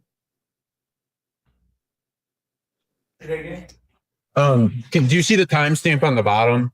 12:19 and 39 seconds. Mhm. Okay. And would you agree he's walking in the door? Yes. Can you tell who it is at this point? That second I can't, but I. Okay. I'm going to press play and I want you to yell stop when you can tell who it is. Okay.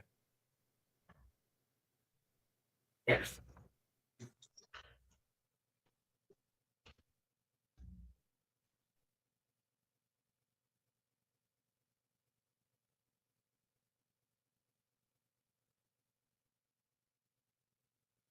So I can't fill in here. You can't tell who's in the video? Well, with my eyes, I cannot tell because the video is kind of dark. Okay. I can't tell either. So would you agree with me that we don't know if it's Mr. Addison?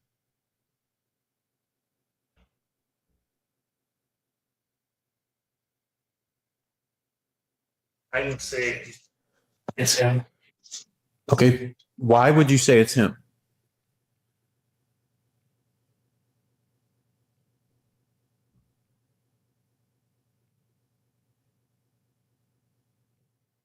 Yeah, he and other employees told me that. Objection. You can't tell us what other employees said. I'm sorry. He asked him, why do you think it's him? yes. He gets to answer that question. He does. He puts himself at peril by asking an open-ended question. You can answer the question, sir. From his height and his. I'm sorry, from his height. Okay. How tall do you think the person in the video is? Say the door. Yeah, sure. I can. 6'5", 6'4", 6'5".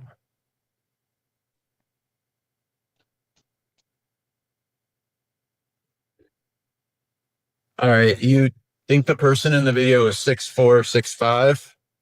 6'4", 6'5", yes.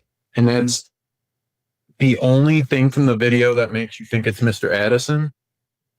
Yeah, that's not what he said. He also. That isn't what he said. I'll sustain the objection. You can rephrase your input. Right. Is there anything other than the height of the person in the video that makes you believe it's Mr. Addison?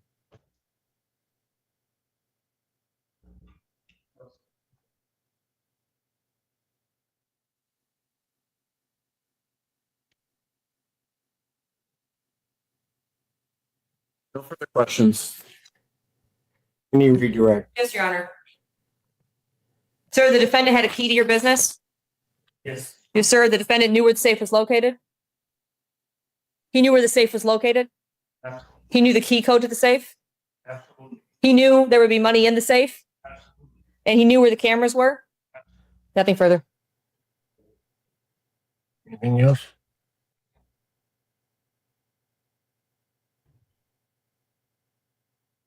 You had 4 other employees that had keys to that store, didn't you? Staying. All right. No redirect. You may step down. Thank you. I have no further witnesses, Your Honor. The motion. I'm not sure if defense has witnesses. Yeah, it depends on Oh, the yes. officer in charge. Is who are you calling? The officer in charge. All right. Come forward to be sworn.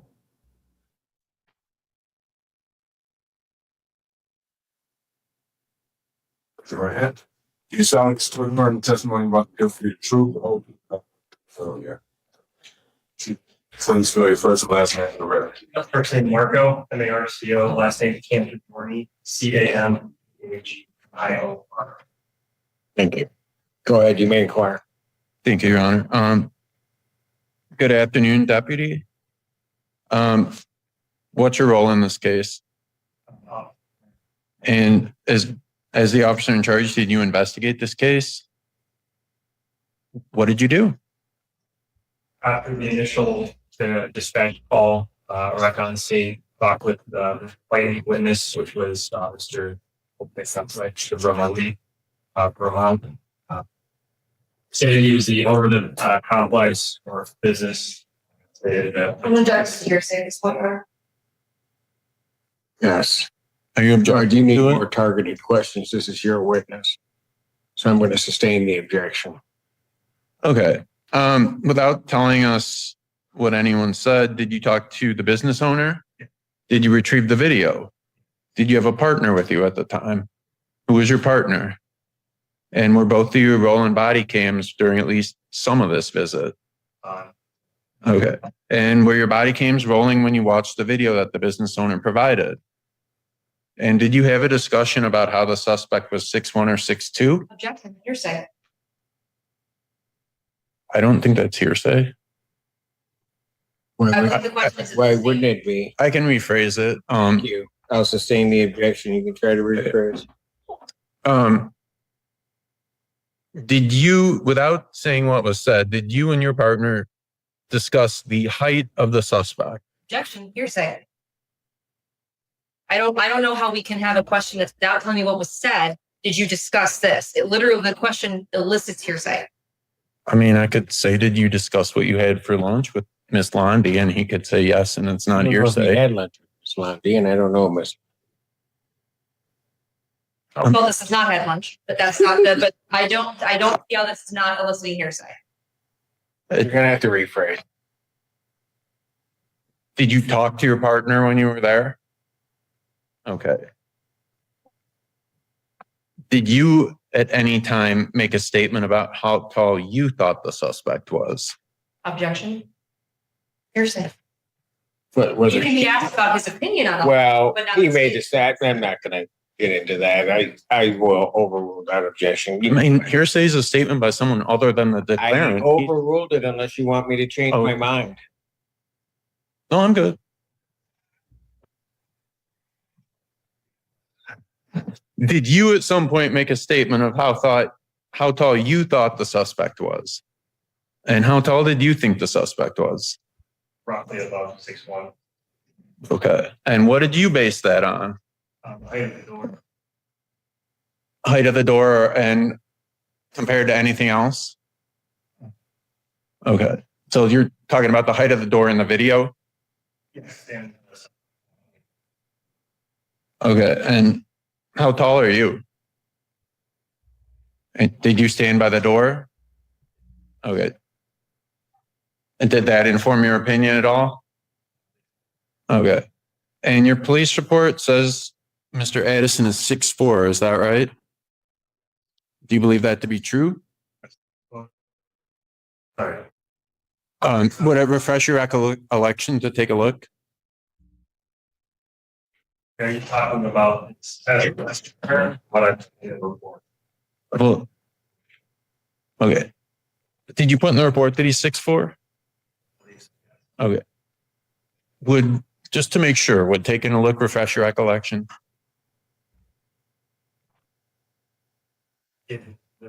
Suspect that is based on this as a West return and is listed. Okay. This is 6'4". 6. Yeah, thank you. How tall do you believe him to be? Okay. And you'd agree with me that 6'4" is 2 to 3 inches taller than what you estimated the suspect to be at based on the video? Okay.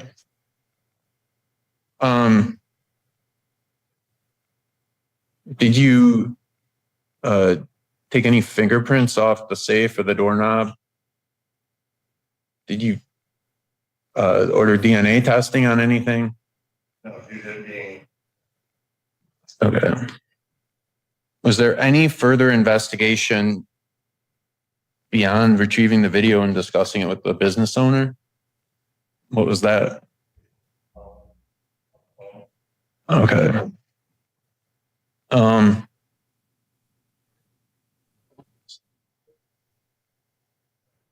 No further questions for this witness. I have no cross. All right, thank you. You may step down. Thank you.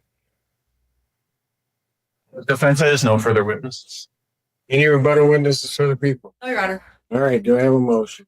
Your Honor, yes, people move for bind over as to counts 1 and 2. I do believe we stated a probable cause that there was crime committed and that the person was the defendant. The business owner identified that person as being the defendant. The defendant was fired approximately a week beforehand. The defendant was a person who had keys, a person who had code. And the video clearly shows the person going in to the business, walking directly to the safe, and very quickly, the people would say, retrieving whatever's out of that safe and leaving. This person in the video knows exactly where they're going and what they're looking for. They know, as the defendant knew where the cameras were and had it appears like a hoodie pulled up. So I do believe that we have made a probable cause, we've presented enough information for a probable cause determination, and we ask the court to bind this case over to trial. Response.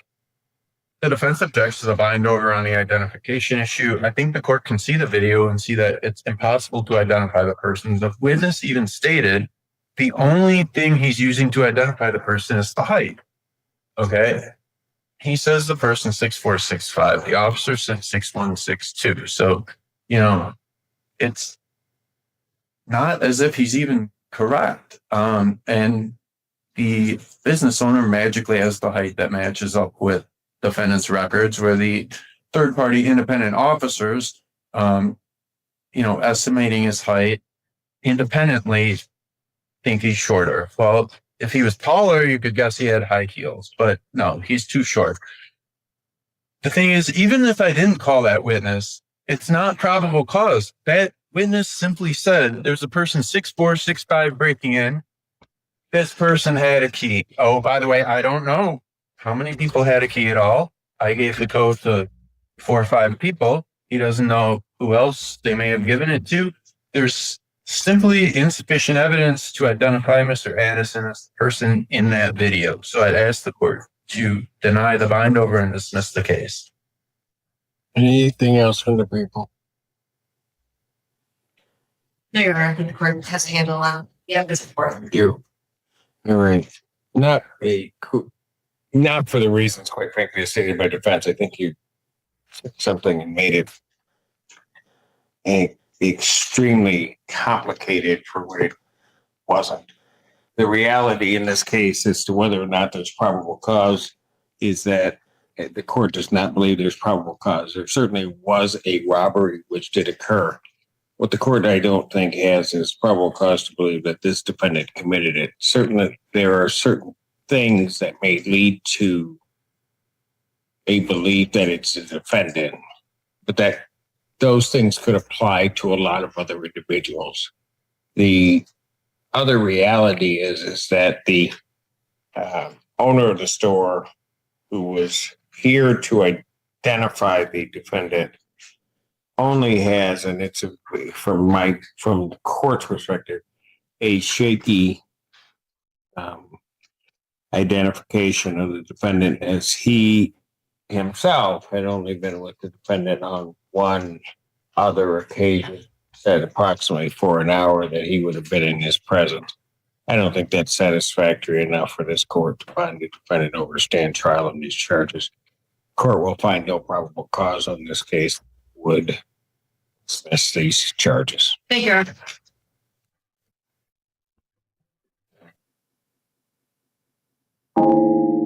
The District Court of County Washington on State of Michigan, now that the islands of the face that it's May be seated.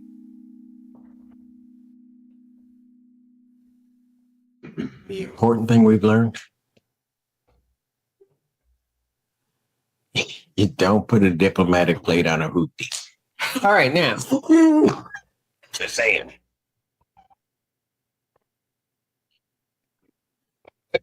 Court does call the case of the people of the state of Michigan versus Joseph Smith. That goes for the people? Assistant Public Defender Sandra White on behalf of Joseph Smith. His lady. Yes, it is. Thank you, sir. Honor, at this time, the people will call Diane Spence. All right.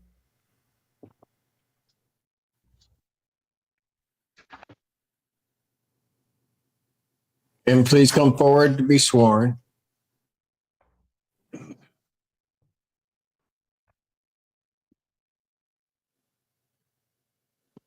See,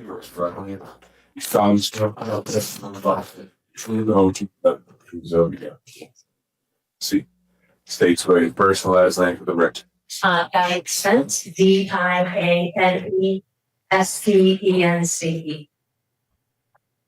Okay. You may inquire. Ms. Spence, will you tell us your full name for the record? Tricia Spence. And do you know somebody by the name of Nora Horton? And how do you know that person? She's my mother.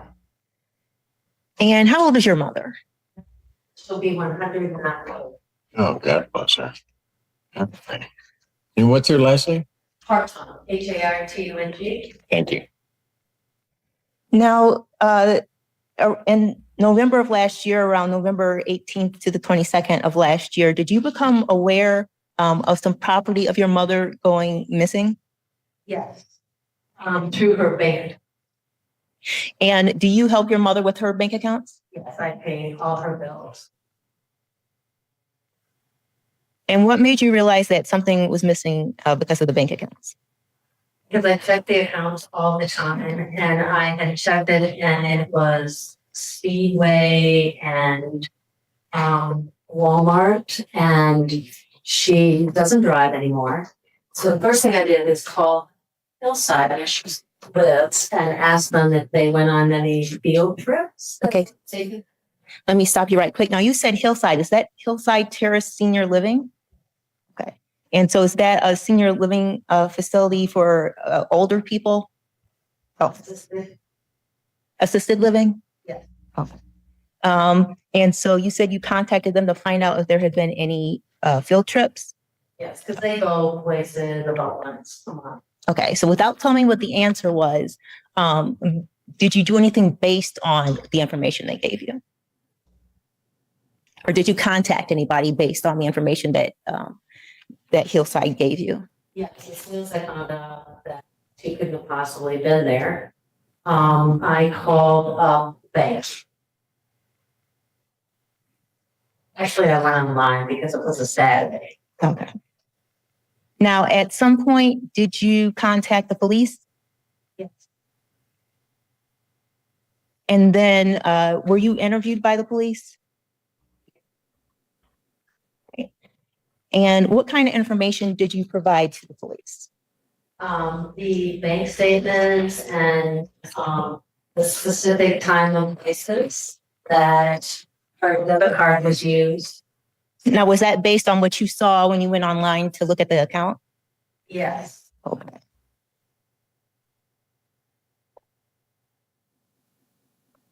And then were you able to give the police a card number? I don't believe I gave him a card. Okay. But they had the bank statements? Okay.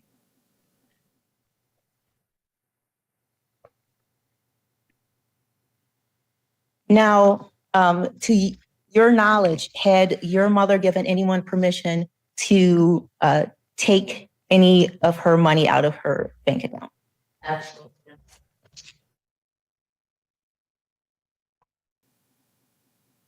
And to your knowledge, had your mother give anybody permission to possess or take any debit cards of hers? Now, are you, given that this is your mother, do you know whether she leaves her residence often? I know exactly what she leaves, yes.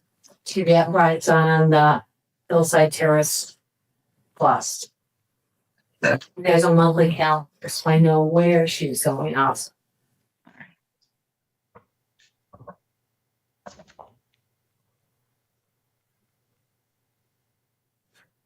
And then as far as people who visit your mother, do you have any familiarity with people who would come into her residence there at Hillside? Yeah, it's only family. I have 2 other sisters.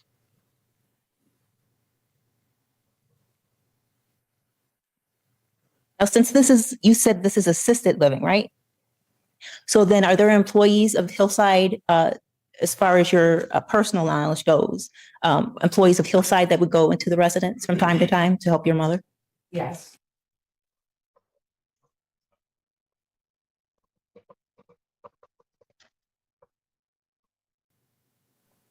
And then would any of those employees have had permission to spend your mother's money or use any sort of debit or credit cards? No.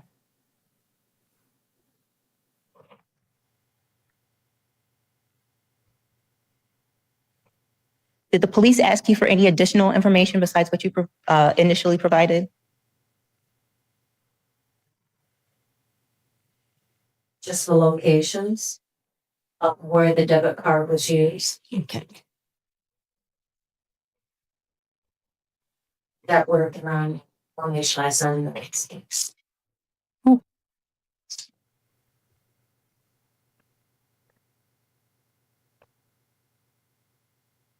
Your Honor, no further questions for this witness. Cross-examination.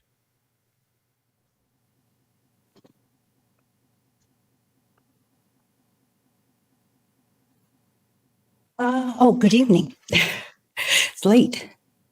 Just a few questions. Did you give the police the credit card number? They would have had it with the information. What information? They would have had the information and the affidavit that I gave them. Okay. My mom also left an affidavit through the bank saying that she did not get it. Your mom, just a second. Okay, thank you. And you said to your knowledge, your mother didn't give permission? Is that correct? And how do you know this? Okay, that's okay. To your knowledge, she didn't give permission. Okay. And do you live with your mother? Okay, because you said that you know exactly when she leaves. I'm asking, do you live with her, yes or no? No. Okay. So you don't know for sure if anyone else comes to visit? Sure, when people come visit because they sign in, you can't walk into the facility without signing in. Can other people at the facility visit her? Okay. And if other people can visit, so you don't know the names of everyone in the facility who can visit? Sure, what you're asking. That's okay, you already answered the question.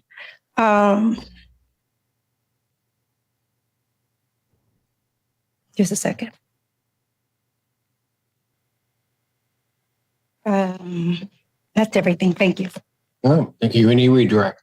Just briefly, you mentioned that your mother signed an affidavit for the bank. Okay, saying that she hadn't given permission, she didn't make those purchases and hadn't given permission for somebody to do it. Right. Okay, and then who did that affidavit go to? That I checked with Detective Detroyer today, and gave her a copy. That's what I thought. That with the dad who was checking and everything, I got, but I may be mistaken. Okay, so is the first person you spoke to the cadet? Yes. Okay. And so is the cadet the person who you had given paperwork to? Yeah. Okay, and that's who you thought had the affidavit? No further questions for this witness. Well, Your Honor, we never got a copy of any type of affidavit. you never got a copy of what? This affidavit, I don't have a copy of the affidavit either, but we can try and get that. You get that to the so I would ask any testimony as to this affidavit be stricken. Your Honor, if it was in our possession and we hadn't turned it over, then I think that there would be an issue, but I know there was an affidavit. She's saying, Well, sorry, go ahead. except, well, let me just try to understand this. You have knowledge that your mother signed an affidavit that she gave to the bank, indicating she did not authorize things. Okay. And you then, Very good. I'm going to presume suspect. I'm going to presume that you then turn that over to the police or I would something. have to look back the emails because I know that they states what this what the Right. charge made. I'm thinking yes, but Detective Detroyer had never seen it before today. So maybe not. Got it. Okay. So, Your Honor, we don't even have. so hold on. I'm just sorry. a moment. So when the police, so when you contacted the detective today, did that the detective indicated to you that they had not seen that? She had not seen it. She had not seen it. And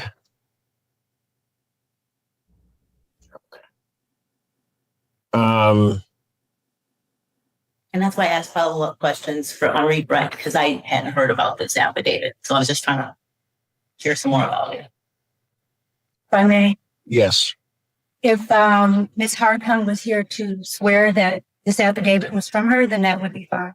But so when she gets up and swears to that, but When she gets up and swears, I mean, if she said that she wrote this affidavit, but I don't have a copy of the affidavit or the bank statement.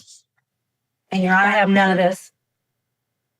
Your Honor, my response would be that Michigan Rule of Evidence 1101 subsection B8 allows hearsay during exam as to property and right to use and permission.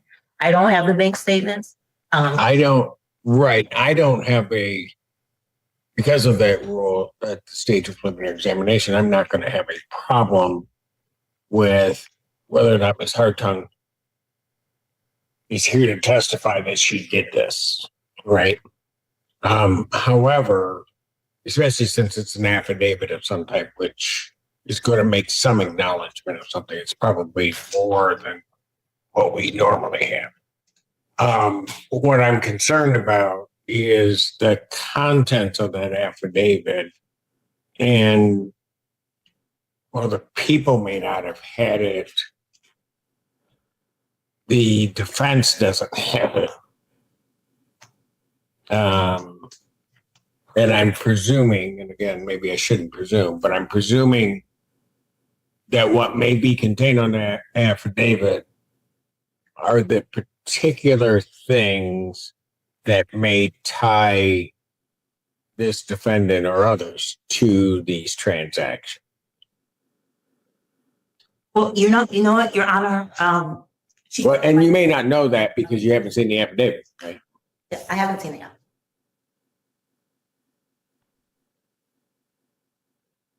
Okay, so here's the first thing. I don't think that there's any type of thing that even remotely approaches a Brady violation. Somewhere along the line, I'm going to suspect that Ms. Spence, the affidavit's done. It's with the bank or with someone. Ms. Spence is communicating with the police and presumes, just based on what she's telling me, that she has provided that along with other information to the police. Her contact today, she realizes, and I can tell by her reaction a little bit to her surprise, that they're saying they don't have it. So I don't think it's an attempt by anybody to try to hide anything, anybody to do whatever. Ms. White, I will leave it to you that if you believe that you may need a copy of that affidavit to have a full discussion with your client and maybe pursue other avenues, and I would certainly entertain an adjournment for that purpose. Well, I guess my question would be yes, because I don't know. I have no one here to swear that she wrote this affidavit or who this affidavit is from. I just have Ms. Well, yes, you do, because Ms. Spence is here saying that. So hold on a second. Ms. Spence is indicating that her mother did the affidavit. Okay, yes, I'll take the adjournment. Can I see the affidavit? Thank you.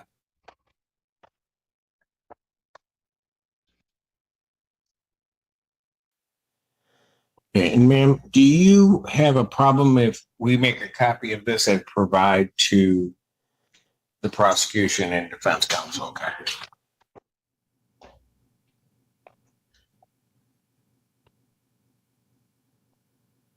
There anything else you want to say, Ms. Douglas?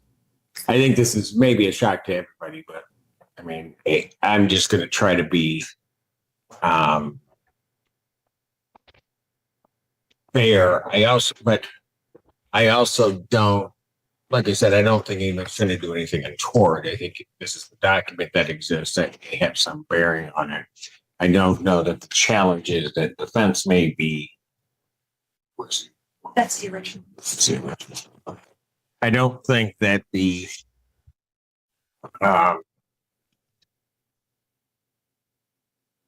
well,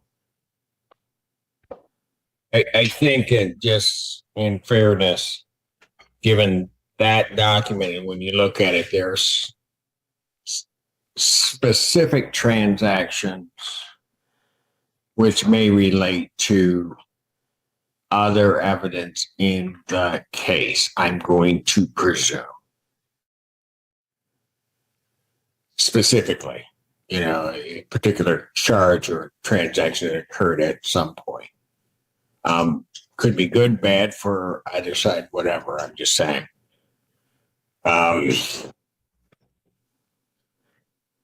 So let me do this. I will indicate that this prelim is started.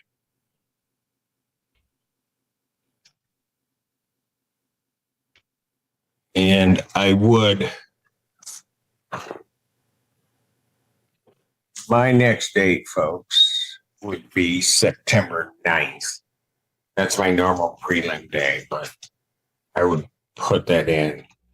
And so I would find good cause to adjourn the preliminary examination to September 9th, 2025. I'm going to make that at 11 so that I can, it would be a continuation.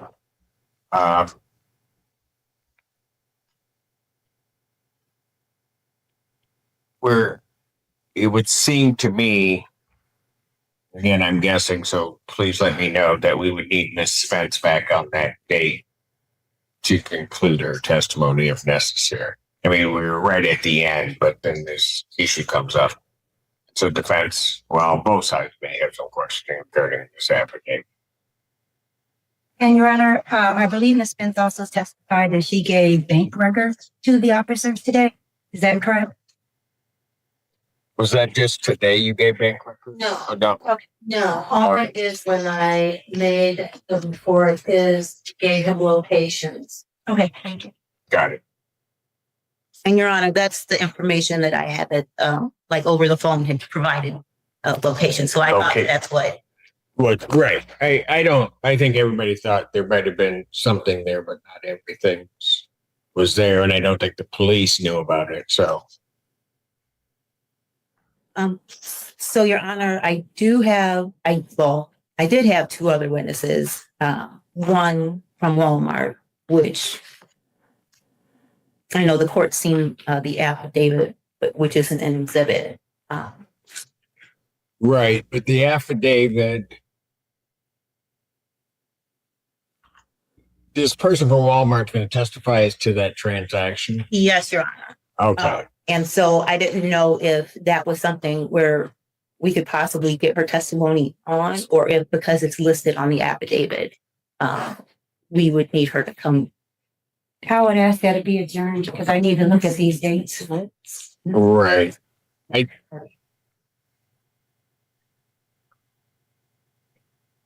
Oh, okay. So September 9th, Ms. Spence will be in Alaska, and then. Ms. Spence will be in Alaska? And then. Okay, we'll hold trial there. No.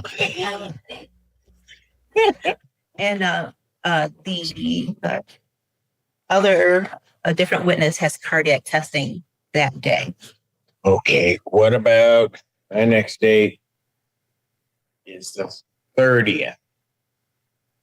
And that would be in here. Sorry, September 30th. But otherwise, I have to start.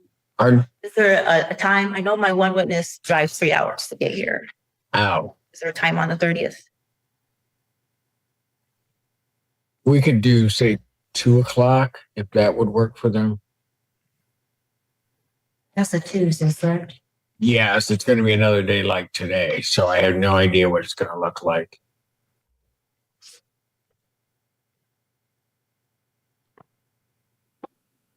But if you remind me, if that works, if you remind me on that date, despite the chaos that might be going on, that this was one that we would try to get the person out. So I do what I can.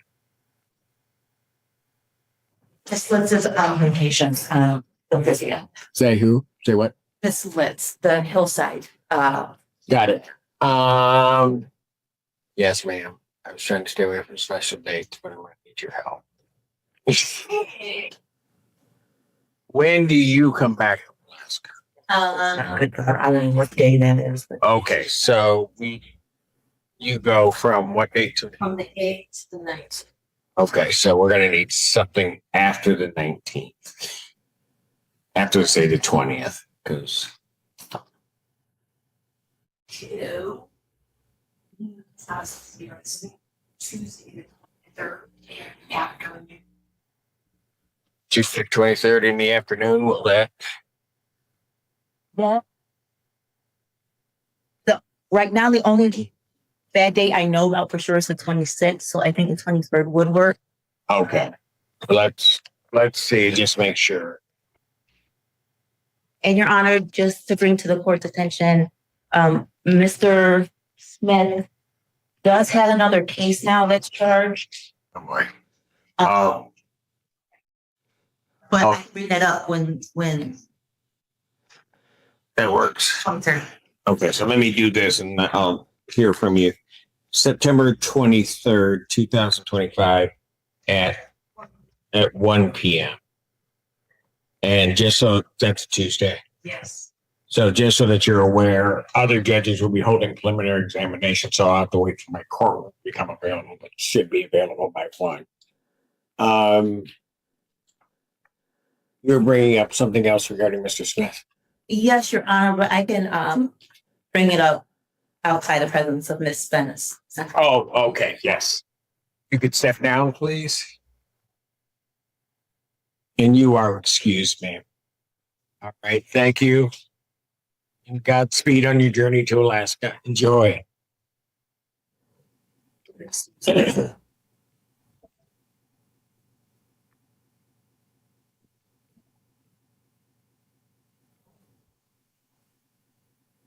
Okay, she is no longer in the courtroom now. What do you? Right. So when I was prepping this yesterday, I realized that our office had charged Mr. Smith in another case. Looks like it was authorized August 4th. It's similar to this case. It's but it has 6 counts of financial transaction device with the victim and the same senior citizen living facility. Okay. And my court is showing it as having an active warrant. So I'm not sure Well, how he gets the right. that would if they're felony charges, there's going to be an active warrant coming off of it once it's sworn to. Do you see it? Yes, I do. It's in the initial warrant from entry. It's the initial warrant. Yes, it does not have a date for. He's not gonna read it. Gotcha. So what I would we set this for the 23rd, right? Okay, so here's what I would say, counsel, to defense counsel. I'm not going to take him in on that at this point. Within the next week, you're to arrange to have him arraigned on that warrant. They can set the whatever PCC date they need on that, with the understanding that if we were to do this, or this matter would come up all at the same time, then I'd like to just put it all on the 23rd. All right, for exam. It doesn't have to be, of course, but. And you said that's a 6 count? Yes. All right. Here. All right. So what I was doing is we'll adjourn this out to the 23rd. Bond will continue. All right. Thank you.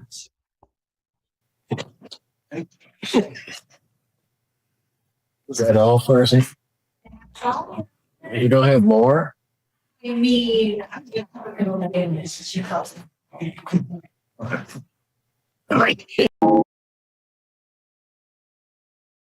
Well, ladies and gentlemen, that is where our show would have ended originally. If I had not have woken up this morning and seen this amazing post from our Nevada judges for a court case that happened on August the 21st.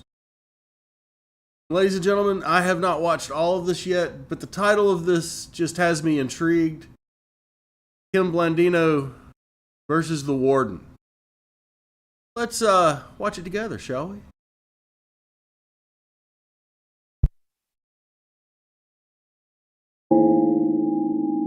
Nevada Department of Parole and Probation, case A907619. Kim Blandino, appearing pro se for Kim Blandino. Sorry to see that you got that congestion going on, Judge. Oh, yeah.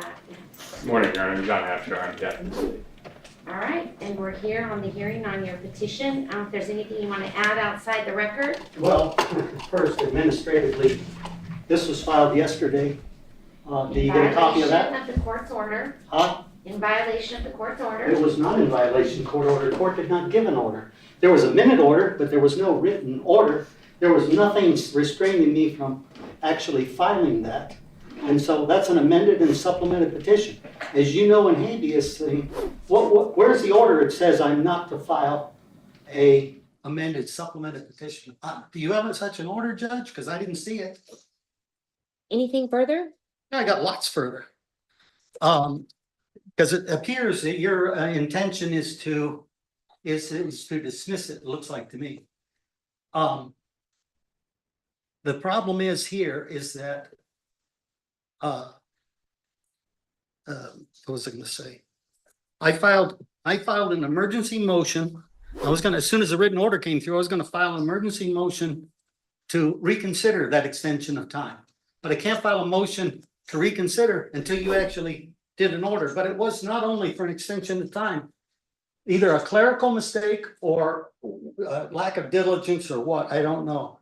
But the motion that you denied, it said you only denied half of it, emergency, and you did it twice. Emergency motion for extension of time, which court may hear ex parte under so-and-so, for an order allowing Kim to have paper copies or digital copies of everything in the file. I had a computer crash or disk crash or whatever it was. I'm not able to obtain the documents from all the documents. I have some in a separate place. As you know, the police confiscated my computers and you ordered those given back to me, so I had to use a backup substitute computer. It's very. You got him back, right? Huh? You got him back, right? Yeah, I got those back, but Okay. I can't use them now because they're too old. I mean, they're slow.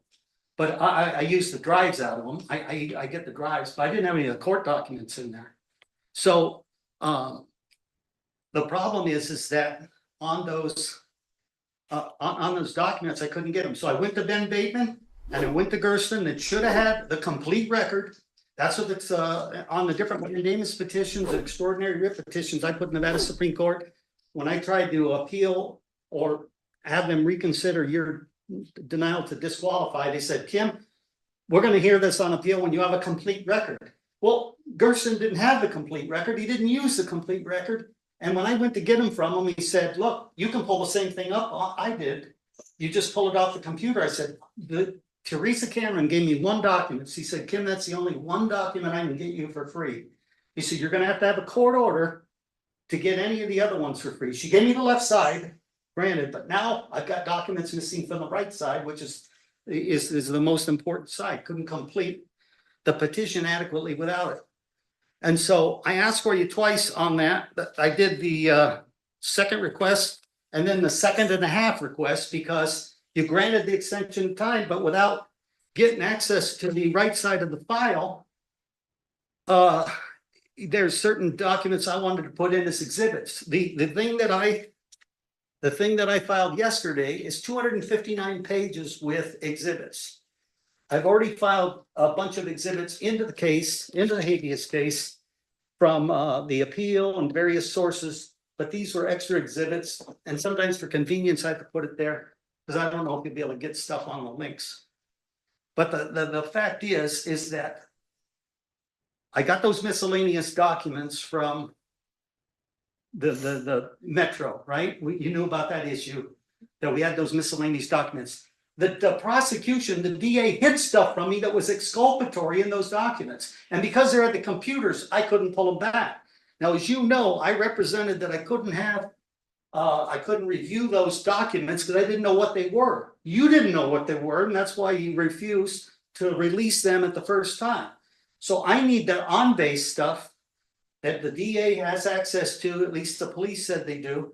And so I can establish a chain of custody, because if I present documents as exhibits and say, oh, well, this is what was in the package, they're going to say, well, how do we know you just didn't get them out of your closet?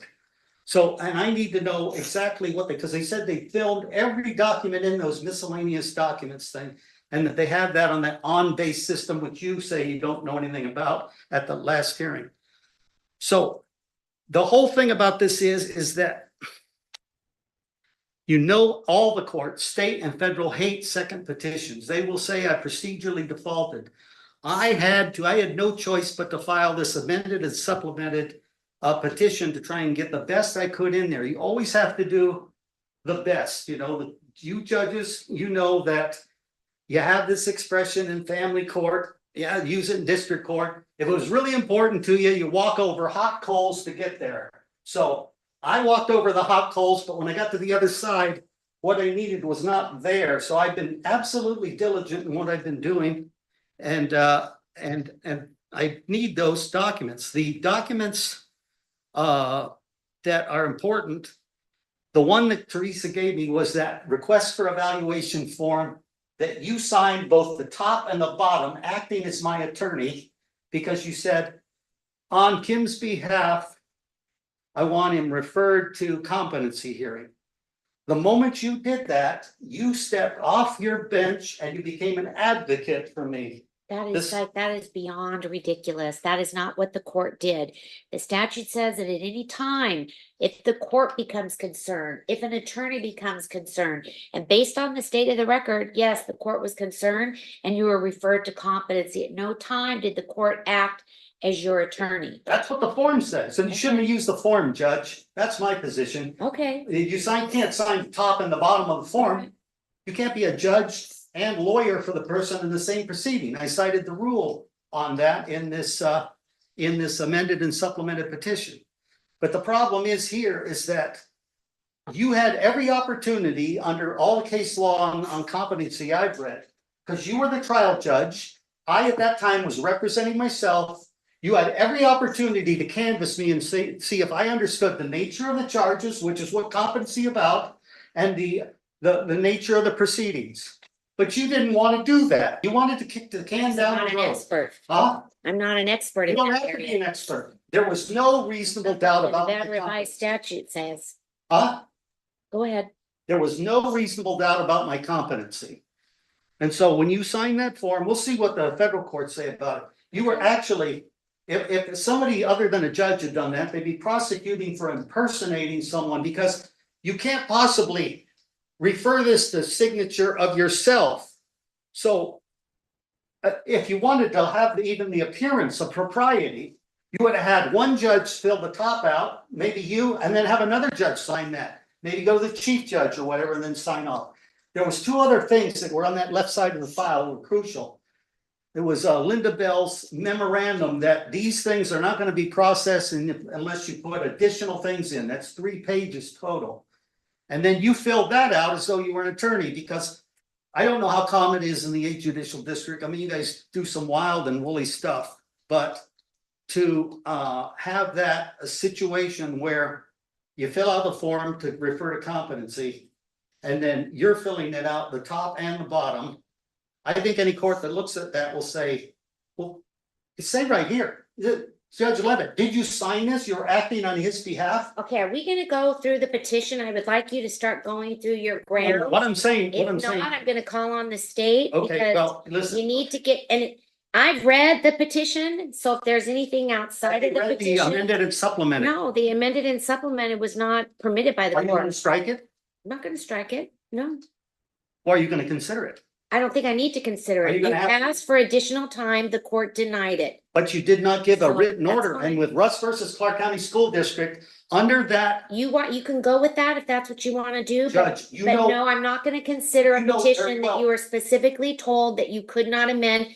After you were given how many additional You chances did not tell to me I amend? could not amend and supplement it. Okay, all right, And you did not give me the time in order to get those all right. materials. You You didn't gotta address move that. on, you gotta move I on. am moving on. With those miscellaneous documents and seeing the district attorney, what they held back. It's either prosecutorial misconduct or it is a Brady violation. Because there was exculpatory evidence. Sure, I produced it, but I didn't know that was what was in there. I couldn't find it in any of my files. But it gives rise to the fact that I need discovery on this case. It was only, you'll remember this, I think, on the probation revocation hearing. Where, no, I'm sorry, you won't know this. The Justice Court, we had Meade on the stand on that probation revocation situation. And he admitted he had been to my house 35 times. Who? Meade, the detective. That can be an issue, in my habeas case. And I have to have it in this first petition, either amended or supplemented or whatever. It gives rise that I need discovery to see if this guy had an axe to grind on me and he was doing that because he was the one that actually wanted to go in and do the phone call between Federico and Meade. He's the one that really initiated the whole thing. Him and Marwitz, because they're part of this FBI task force. So there's definitely discovery that I need here. So this wasn't a frivolous request when I asked for counsel. As it turns out, I had to file ineffective appellate counsel, so I can't have Gersten anymore easily. That's an easy situation. But I need discovery. And this first petition, and this, even if it's an amended and supplemented petition, it has to be done right. So I need every opportunity in order to do that. You did not address in either that second or that second and a half motion that I needed those documents. Apparently you just missed that, but it would be an abuse of discretion. I think the Supreme Court would find that if you didn't give me the copies of those documents, because to this day I don't have all that record. What documents? The right side of the file, the normal side of the file. I told you it got corrupted in my computer, so I don't have access to those. I need an order that Teresa Cameron, the clerk's office, give me a digital copy of the right side. I got the left side, but I don't have the right side. This is where everything's filed in file stand. It's public record. They want 50 cents a page. I'm informal pauperous, Judge. You have a computer at home, right? Yes. You can't look it up at home and. It's 50 cents a page. If you print it at home, it's 50 Oh, cents. no, I'm sorry. If I get it here, 50 cents a page, that I don't have that portal. You got to pay for attorney access to have that download. You only get have you ever seen that thing? The minutes you can get off the computer at home, but any of the file documents you can't get unless you pay for that attorney portal. It's something like $80 a month or something. Well, what file documents do you think you need? You can look at the docket, correct? No, but here's the thing, that the exhibits, most of my documents were exhibit heavy, to use an expression.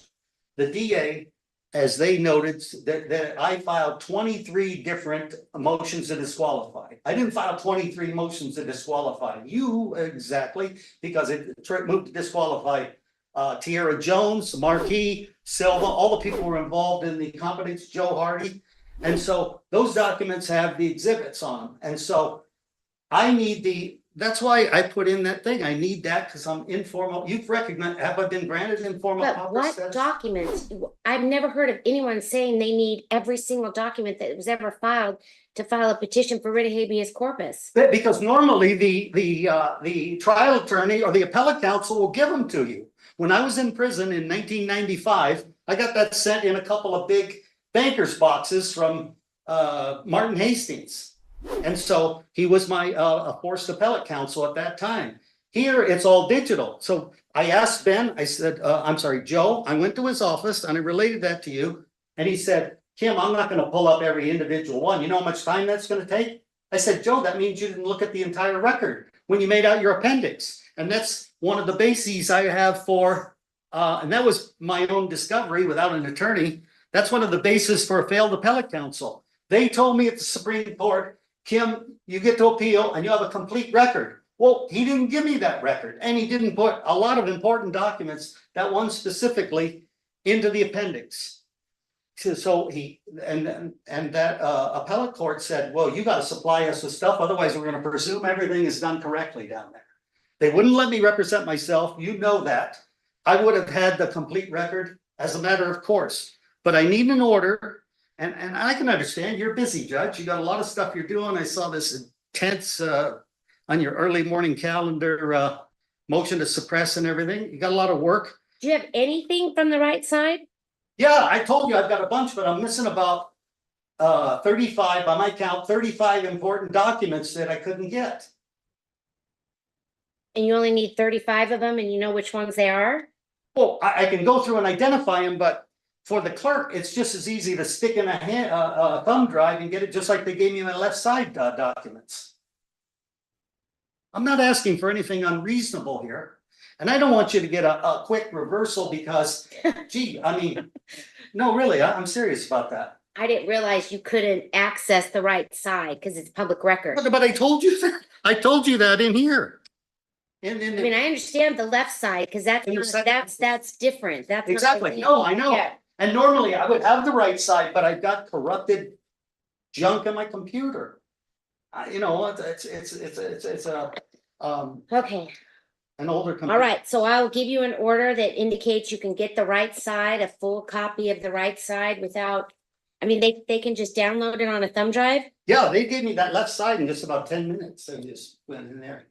Okay, the court will give you an order allowing that. And then, I mean, I don't know, does state have any objection to that? I guess I just didn't realize he didn't have the full record. I know he asked me for the left side and I granted him that because I knew that wasn't as readily available. I mean, my only question is for what purpose, right? There's no right to file an amended petition. You've given him multiple opportunities to file the petition. We should just resolve this on the petition that's already been filed and the response that's been filed. We should be done with this. This is a case that is over. The sentence is complete. Yeah, that's irrelevant. I was in custody at the time, and as a matter of fact, since he brought it up, I would like a finding that I did file it while I was still in custody. No, the court has jurisdiction. I agree with that. There was case law on point that indicated as long as you were still under your sentence, and although it was the same day, it appeared as though you had filed it before you were released from probation. And yeah, and in fact, the probation department didn't give me the order of release on email the very next day. So I believe the court does have jurisdiction, but I'll give you an order allowing you to get the right side. I appreciate that. Appreciate that, Judge. So what you need, I'll have my office prepare the order. It just needs to say that you're to be provided a full copy of the right side of the file on a thumb drive. Yeah, exactly. At no cost. Even when they put it on a thumb drive, it costs 50 cents a page. No, that's the point though. See, the one they gave me a printed out version. But if you get a thumb drive, is it 50 cents a page? Oh, no. Well, I don't know. I just know that I've never paid for a thumb drive. When you Okay. did that left side order, they gave it to me at no cost, but if you get it on a thumb drive, do you have a computer that will allow you to access it? oh yeah. I because that thumb drive I can pull in and out, it can't get corrupted. But I appreciate that, Judge. So if that's, could I get a transcript of today's hearing? Yeah, of course. I've been instructed that I need a witness do a witness motion for anything, in terms of if we get to the stage where discovery is, needed, that, I mean, there's been no order that has permitted discovery at this time. no, I understand that. But I mean, I will sign an order that says you can get those documents without cost. I understand what your situation is, and so obviously I would allow you to get it without cost. And then, is 30 days enough time? We can continue this hearing 30 days? Well, it depends on when the clerk gets them to me. When do you think you can get that order to the I'll do clerk? it today. Oh, okay, well, then, I'll go down and let Teresa Cameron know that, All right, we'll prepare an order. I need We'll that. send it over to the clerk. but as to the discovery on the, what I do need a determination on the discovery on that witness motion. If you want me to make a written motion, or you're gonna grant me the informal pauper status on this post conviction. But I don't know what you're talking about, WITIS. I know what WITIS is. It means that you're to get costs paid for by the government, the county. And have an investigator. Right, but there's been no ruling that has permitted that yet. Okay, I mean, well, you don't just get discovery in a petition for writ of habeas corpus. I There understand. has to be a court order that allows you to go forward with discovery. But that's what I wanted to ask you, if you want me to make a formal motion, because I think those documents that were hidden there, because not to say that Ben would have introduced those, because he introduced no exhibits, he introduced no witnesses. I was the only witness on the stand, as you remember. But I think those documents that were held back, and see, here's the key thing about that. When I went to the settlement conference with Judge Cherry, and Michael Dickerson and I were and Ben Bateman was there, of course, trying to settle it. He offered me a probation office, and I had the wherewithal in the mind to realize, will this plea bargain include you agreeing to order the computers and the hard drives back? He said yes, and I want the miscellaneous documents, and he said no. Now, this gives rise to the fact, did Michael Dickerson know that there was exculpatory evidence, or that might show that there was prosecutorial misconduct in holding that back from the defense? Because these were letters that I sent to Judge Gonzalez with an exhibit from Judge Linda Bell when I was trying to negotiate a settlement so I don't have to take a complaint to the Nevada Commission on Judicial Discipline. This would have been helpful to the defense if the jury would have known that, I had done this before, and this wasn't just merely a lark or a frivolous thing, that he's done this for years. I mean, these are dated 2018, 2017. But the jury found that you committed a crime in doing that in this case. I mean, how do you think that would be good for you? The jury determined that the actions that you took in this case, after hearing the evidence, amounted to a felony crime. And you want to put in front of the jury, the same jury that found it was a felony? Oh, I've done this multiple times? No. This was a request to settle the thing, but without going to no complaint was made with the police. And I, in fact, talking with experts and the information that I've got, it is not illegal to try and settle a situation before going to the Nevada Commission on Judicial Discipline. The only thing at issue here in the criminal case, which you have to distinguish, is the fact that they're saying that I had a specific intent either to gain money, because it's a property crime, extortion, or to try to do a quid pro quo. If you do this for me as you're in your office as pro tem judge, then I won't do this. There was never any of that. Everything was public. I wanted to know, everybody to know what this judge threw me out of court because I came to his public offices. I had no chambers to go to. He's a pro tem judge. So of course I went to his offices. And all I did was want to work it out. The main thing I wanted was an apology. And so the question is, when you gave the jury instructions, you'll look at it, said to influence the actions. That doesn't mean influence any action he might have. It means actions as a pro tem judge. This situation had already happened. In fact, he tried. It's just a little bit shocking to hear you say that you wanted the same jury that found that your conduct was inappropriate and illegal, that you wanted to admit documents that you did it multiple times before. But it's not just that, Judge. Oh. It's not just that. Ben filed no pretrial motions. He could have filed a pretrial writ of habeas corpus once he was assigned He could have filed a motion to dismiss. Well, it would have been too late because you only have 21 days. It would have been too late. Well, the question, but that's an interesting question. If I'm representing myself and I'm trying to get you disqualified and all the 8 judicial district court judges disqualified, is it untimely when he first takes over? It should be timely because he didn't have the opportunity to do that earlier. So that's a question of law that I think the court might have to It would have decide. been at some point untimely. in time. And that's jurisdictional. You have 21 days. But you can still from file a your motion first to dismiss appearance. that does the same thing, basically. Hmm. He could have done that. Maybe. He could have filed a motion to dismiss, and those exhibits would have shown that this prosecution judge was vindictive, malicious, and retaliatory. They want to chill my rights to go, because I understand. Well, they just don't want you impersonating. I was that not you are impersonating. A I am- person from, you know. You saw me testify in court when he tried to shake me, when Dicker said, well, you're not really an investigator. I said, no, I'm a voluntary, unpaid investigator working with the commission of justice, which everybody has a right to do. I just got thrown out of Judge Jones's courtroom because I was trying to investigate her because they said I was disruptive in his sentencing. Now I've got to file something Well, there. what you do, I mean, you have to follow the rules of decorum when you're in court. I mean, you've been good today and I appreciate that, but not always. I came in, I looked at Sheriff Jones and I can't see her eyes. I don't know, she's got huge eyelashes, stood there a minute. Then I sat down and then walked out. And then when I came out, apparently they called Paige and some other bailiffs. I found out that they were reading a victim impacts letter or something like that, is what it looked like. And so when I went back, he said, you're not coming in. I said, well, you're disruptive. I mean, Tara Jones has a low tolerance for, there's all kinds of activity going on here. I was just standing there and doing that, walked out while I'm waiting for you to come on the bench for this thing. And so the thing is, my religious beliefs and practices require me to put myself in peril.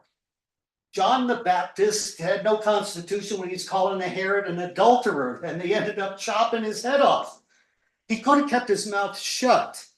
God doesn't want you to do that. A ship in the harbor is safe, but that's not what ships were built for. Men were built to fight against evil. And I have that same drive in me. So we have to, as Christians, we have to put ourselves at risk. Even the way I'm talking to you, I put myself at risk, not as much risk if I were before Bologna or Joe Hardy, because you have a high tolerance level, and I appreciate that. That goes to your Christian upbringing and your dad Myron, and it says well of you. And you're willing to listen, So, there's all kinds of issues here that in those miscellaneous documents, I think it gives rise to the fact that Meade had an axe to grind, and there's some other stuff that needs to be dug up on discovery. And I've got to do at least my best with you here. That's why I want the transcript of this, to try and get that discovery, because Meade, 35 times he came to my house. When he testified on the stand, I had to prompt Joe because he said, oh, I've been to his house 10 or 12 times, coming and going. I said, Joe, you got to ask the follow-up question. Why are they at your house? I'm just curious. Why are they at your house so much? He's on, Marwitz and Meade were on the FBI anti-terrorism task force. They tried to designate me as a sovereign citizen. You know about the sovereign citizens, you know what that imports? Sure. Anyway, so instead of going after, people that are doing 242 or 241 violations under 18 USC for violation of civil rights, he wants to go after individuals like mine. He did that with Chris Cave, and he did that with 3 other guys that I've talked to. So he's going to axe to grind with me. So when I asked Joe to ask the follow-up question of, he's been to my house 10 to 12 times and seen me coming and going, I said, Joe, you got to ask the question. How many times was he at the house when I didn't see me coming? Sure enough, it was like 20 more times. It was like 35 times, I think he said he had been to my house since 2012. This guy's got an axe to grind. That's why they dropped those charges, Judge, on those false passports in the Justice Court. Now I can't get those back from Metro, so I got to file for that. So traffic violations? No. There was one felony count because remember Joe introduced those passports, my Kingdom of Israel passports, and they said they were fraudulent. they dropped those charges that I was presenting a fraudulent document, because they're not fraudulent. Everything on here is true, or I believe it to be true. So now I filed in the federal court for a malicious prosecution suit because I had a favorable outcome. But see, that whole thing about putting me in jail on the probation, I asked the lieutenant from probation, hey, let me go. These charges aren't going to stand. He refused to do it. He had the discretion, he admitted, but he wouldn't do it. So, you know, that was Meade.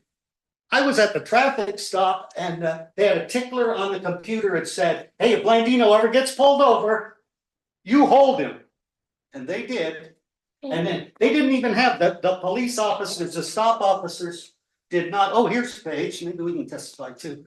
So they had everything they wanted. They're going to give me a citation. And Meade said, oh, no, wait a minute. What document he tried to show you? Pull him out of the glove box under the pretense of an inventory. And then said, oh, we're going to file 2 felony charges. 2 identical documents. I had a spare passport. And they filed 2 charges. Obviously, the DA denied the first one without even having to bring it to trial because you can't be 2 charges for the same thing. They're 2 originals. And so, because they had my original signature on them. So then the other charges were dismissed by the DA statutorily. And so the 2 years is up now. They can't, it was with, under statute, it's not with prejudice, it's without prejudice. So they could bring those charges back. But I mean, that's been a long time now. They're not going to do it. That was all me. He must have taken, I visualize him taking 140 miles an hour to get to that traffic stop because he's got an opportunity to get Blandino. And if I, through discovery, can find out that this guy emailed or did that, oh, I'm going to get Blandino, woo, then I've got something that supports a vindictive, retaliatory motive for this prosecution. And the DA played right into it. When we had that parole revocation hearing and I was outside the courtroom, he said, he threatened me right in front of Joe Gersten. I couldn't believe he did it. He said something like, you better watch your mouth and the way you speak because you're on probation. Implying that there's a lesser threshold, as you know, for arresting somebody on probation than there is if you're not on probation. The due process requirements are far less if you're on probation than because you're in custody, you're being punished. And so it's like your jail is moving with you, is in essence, I like to describe it that way. Okay, so is 30 days enough?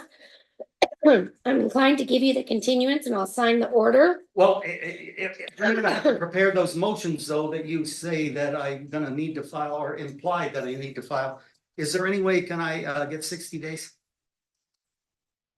Submit it to you, Your Honor. All right, you can have 60 days. I'll be diligent on this, Judge. I really will. Just to be clear, it's 60 days for what? Well, I'm going to give him the copy of the file. And be able to file an amended and supplemented petition. This is a first amendment, so I'll do a second amended if I find anything further.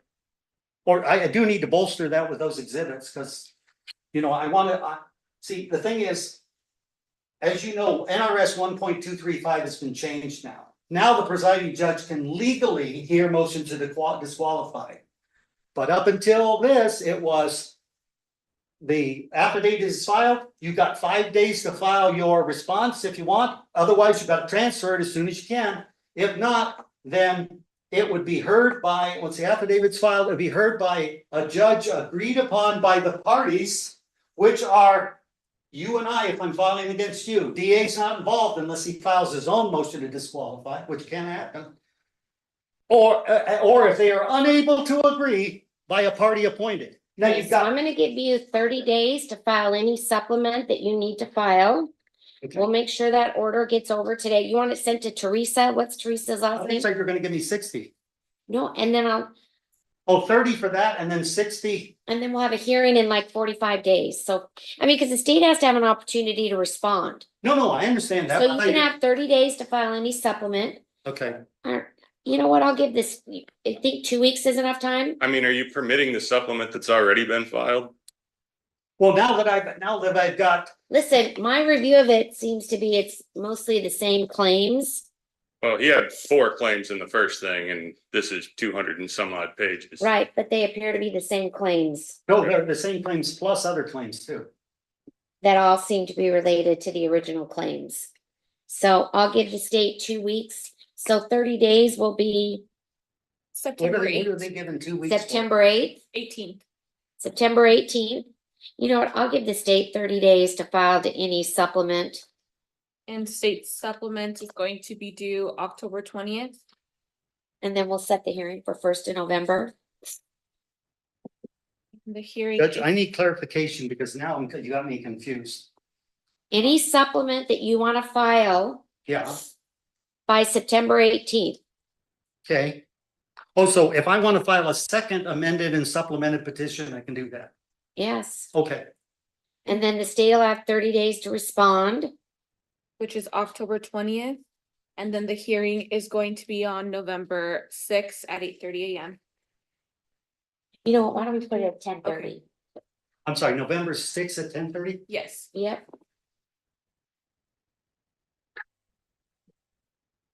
Judge, I just want to say, I know I can be a handful and a pain in the neck You were very sometimes. good today. No, but I appreciate your understanding the situation because all these courts, I mean, Renee Echeverria, after 30 years of going through the state and federal, is finally getting a new trial on his habeas petitions. I don't know if you know, it's coming in. No, I'm familiar with that. Where is And then that case?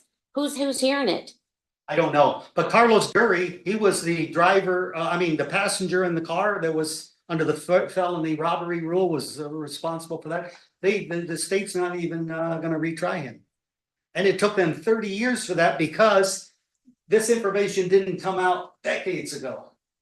Well, I'm gonna give you an opportunity to put everything in this up in the I just wanted to say, I petition that you appreciate think it. is appropriate. I appreciate it. All right. Yeah, transcript, can I get a transcript? Do you need an order? I'll do that. Thank you. The state will prepare an order for the transcript today and we'll make sure both sides get it. Okay, thank you, All Judge. right, thanks. Have a good day, everyone. You too. Hope that congestion clears up. Thank you.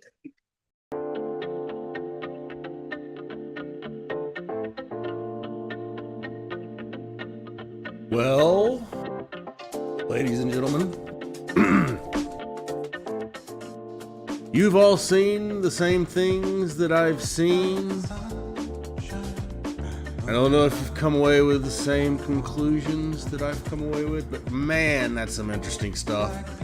I'm telling you, when I was watching the Judge Simpson docket with all those prelim examinations, it kind of shocked me how much more interesting those other prelims were than Magoo's, even though Magoo is the one that we all kind of, who doesn't want to see Mr. Magoo?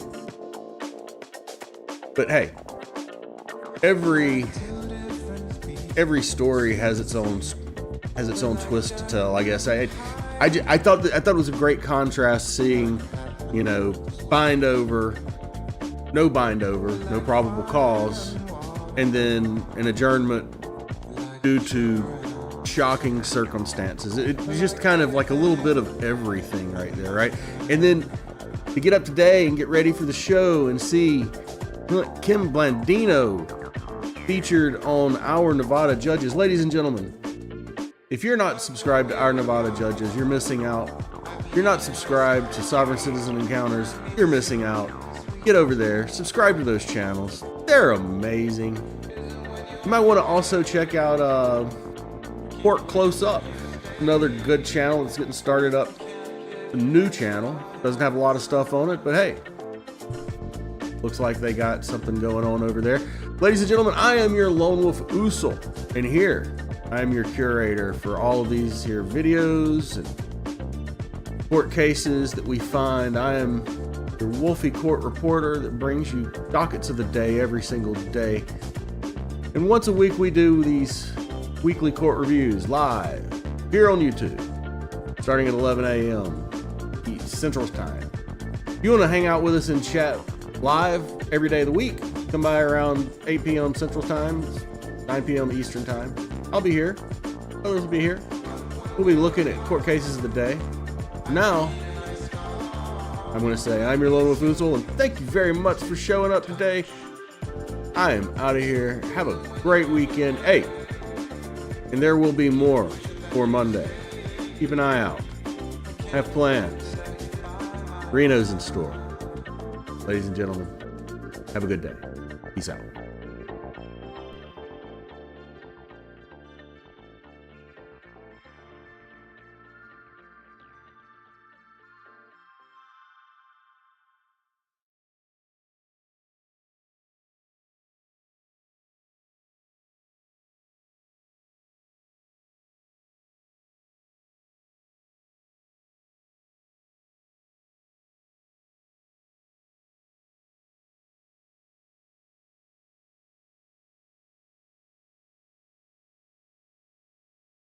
Thank you, Kat. Thank you, bro. Thank you, James. Thank you, Mama. Thank you, Kier. Thank you, Eileen. Thank you, Rhonda. Thank you, Jerly. Thank you, all those people I don't ever say thank you to. You know.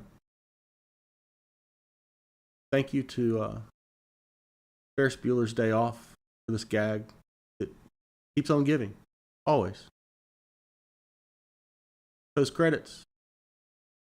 How it happens. Right, Tev? Tell them about it. If you're not here in live chat, well, then you're lurking. And we love you too.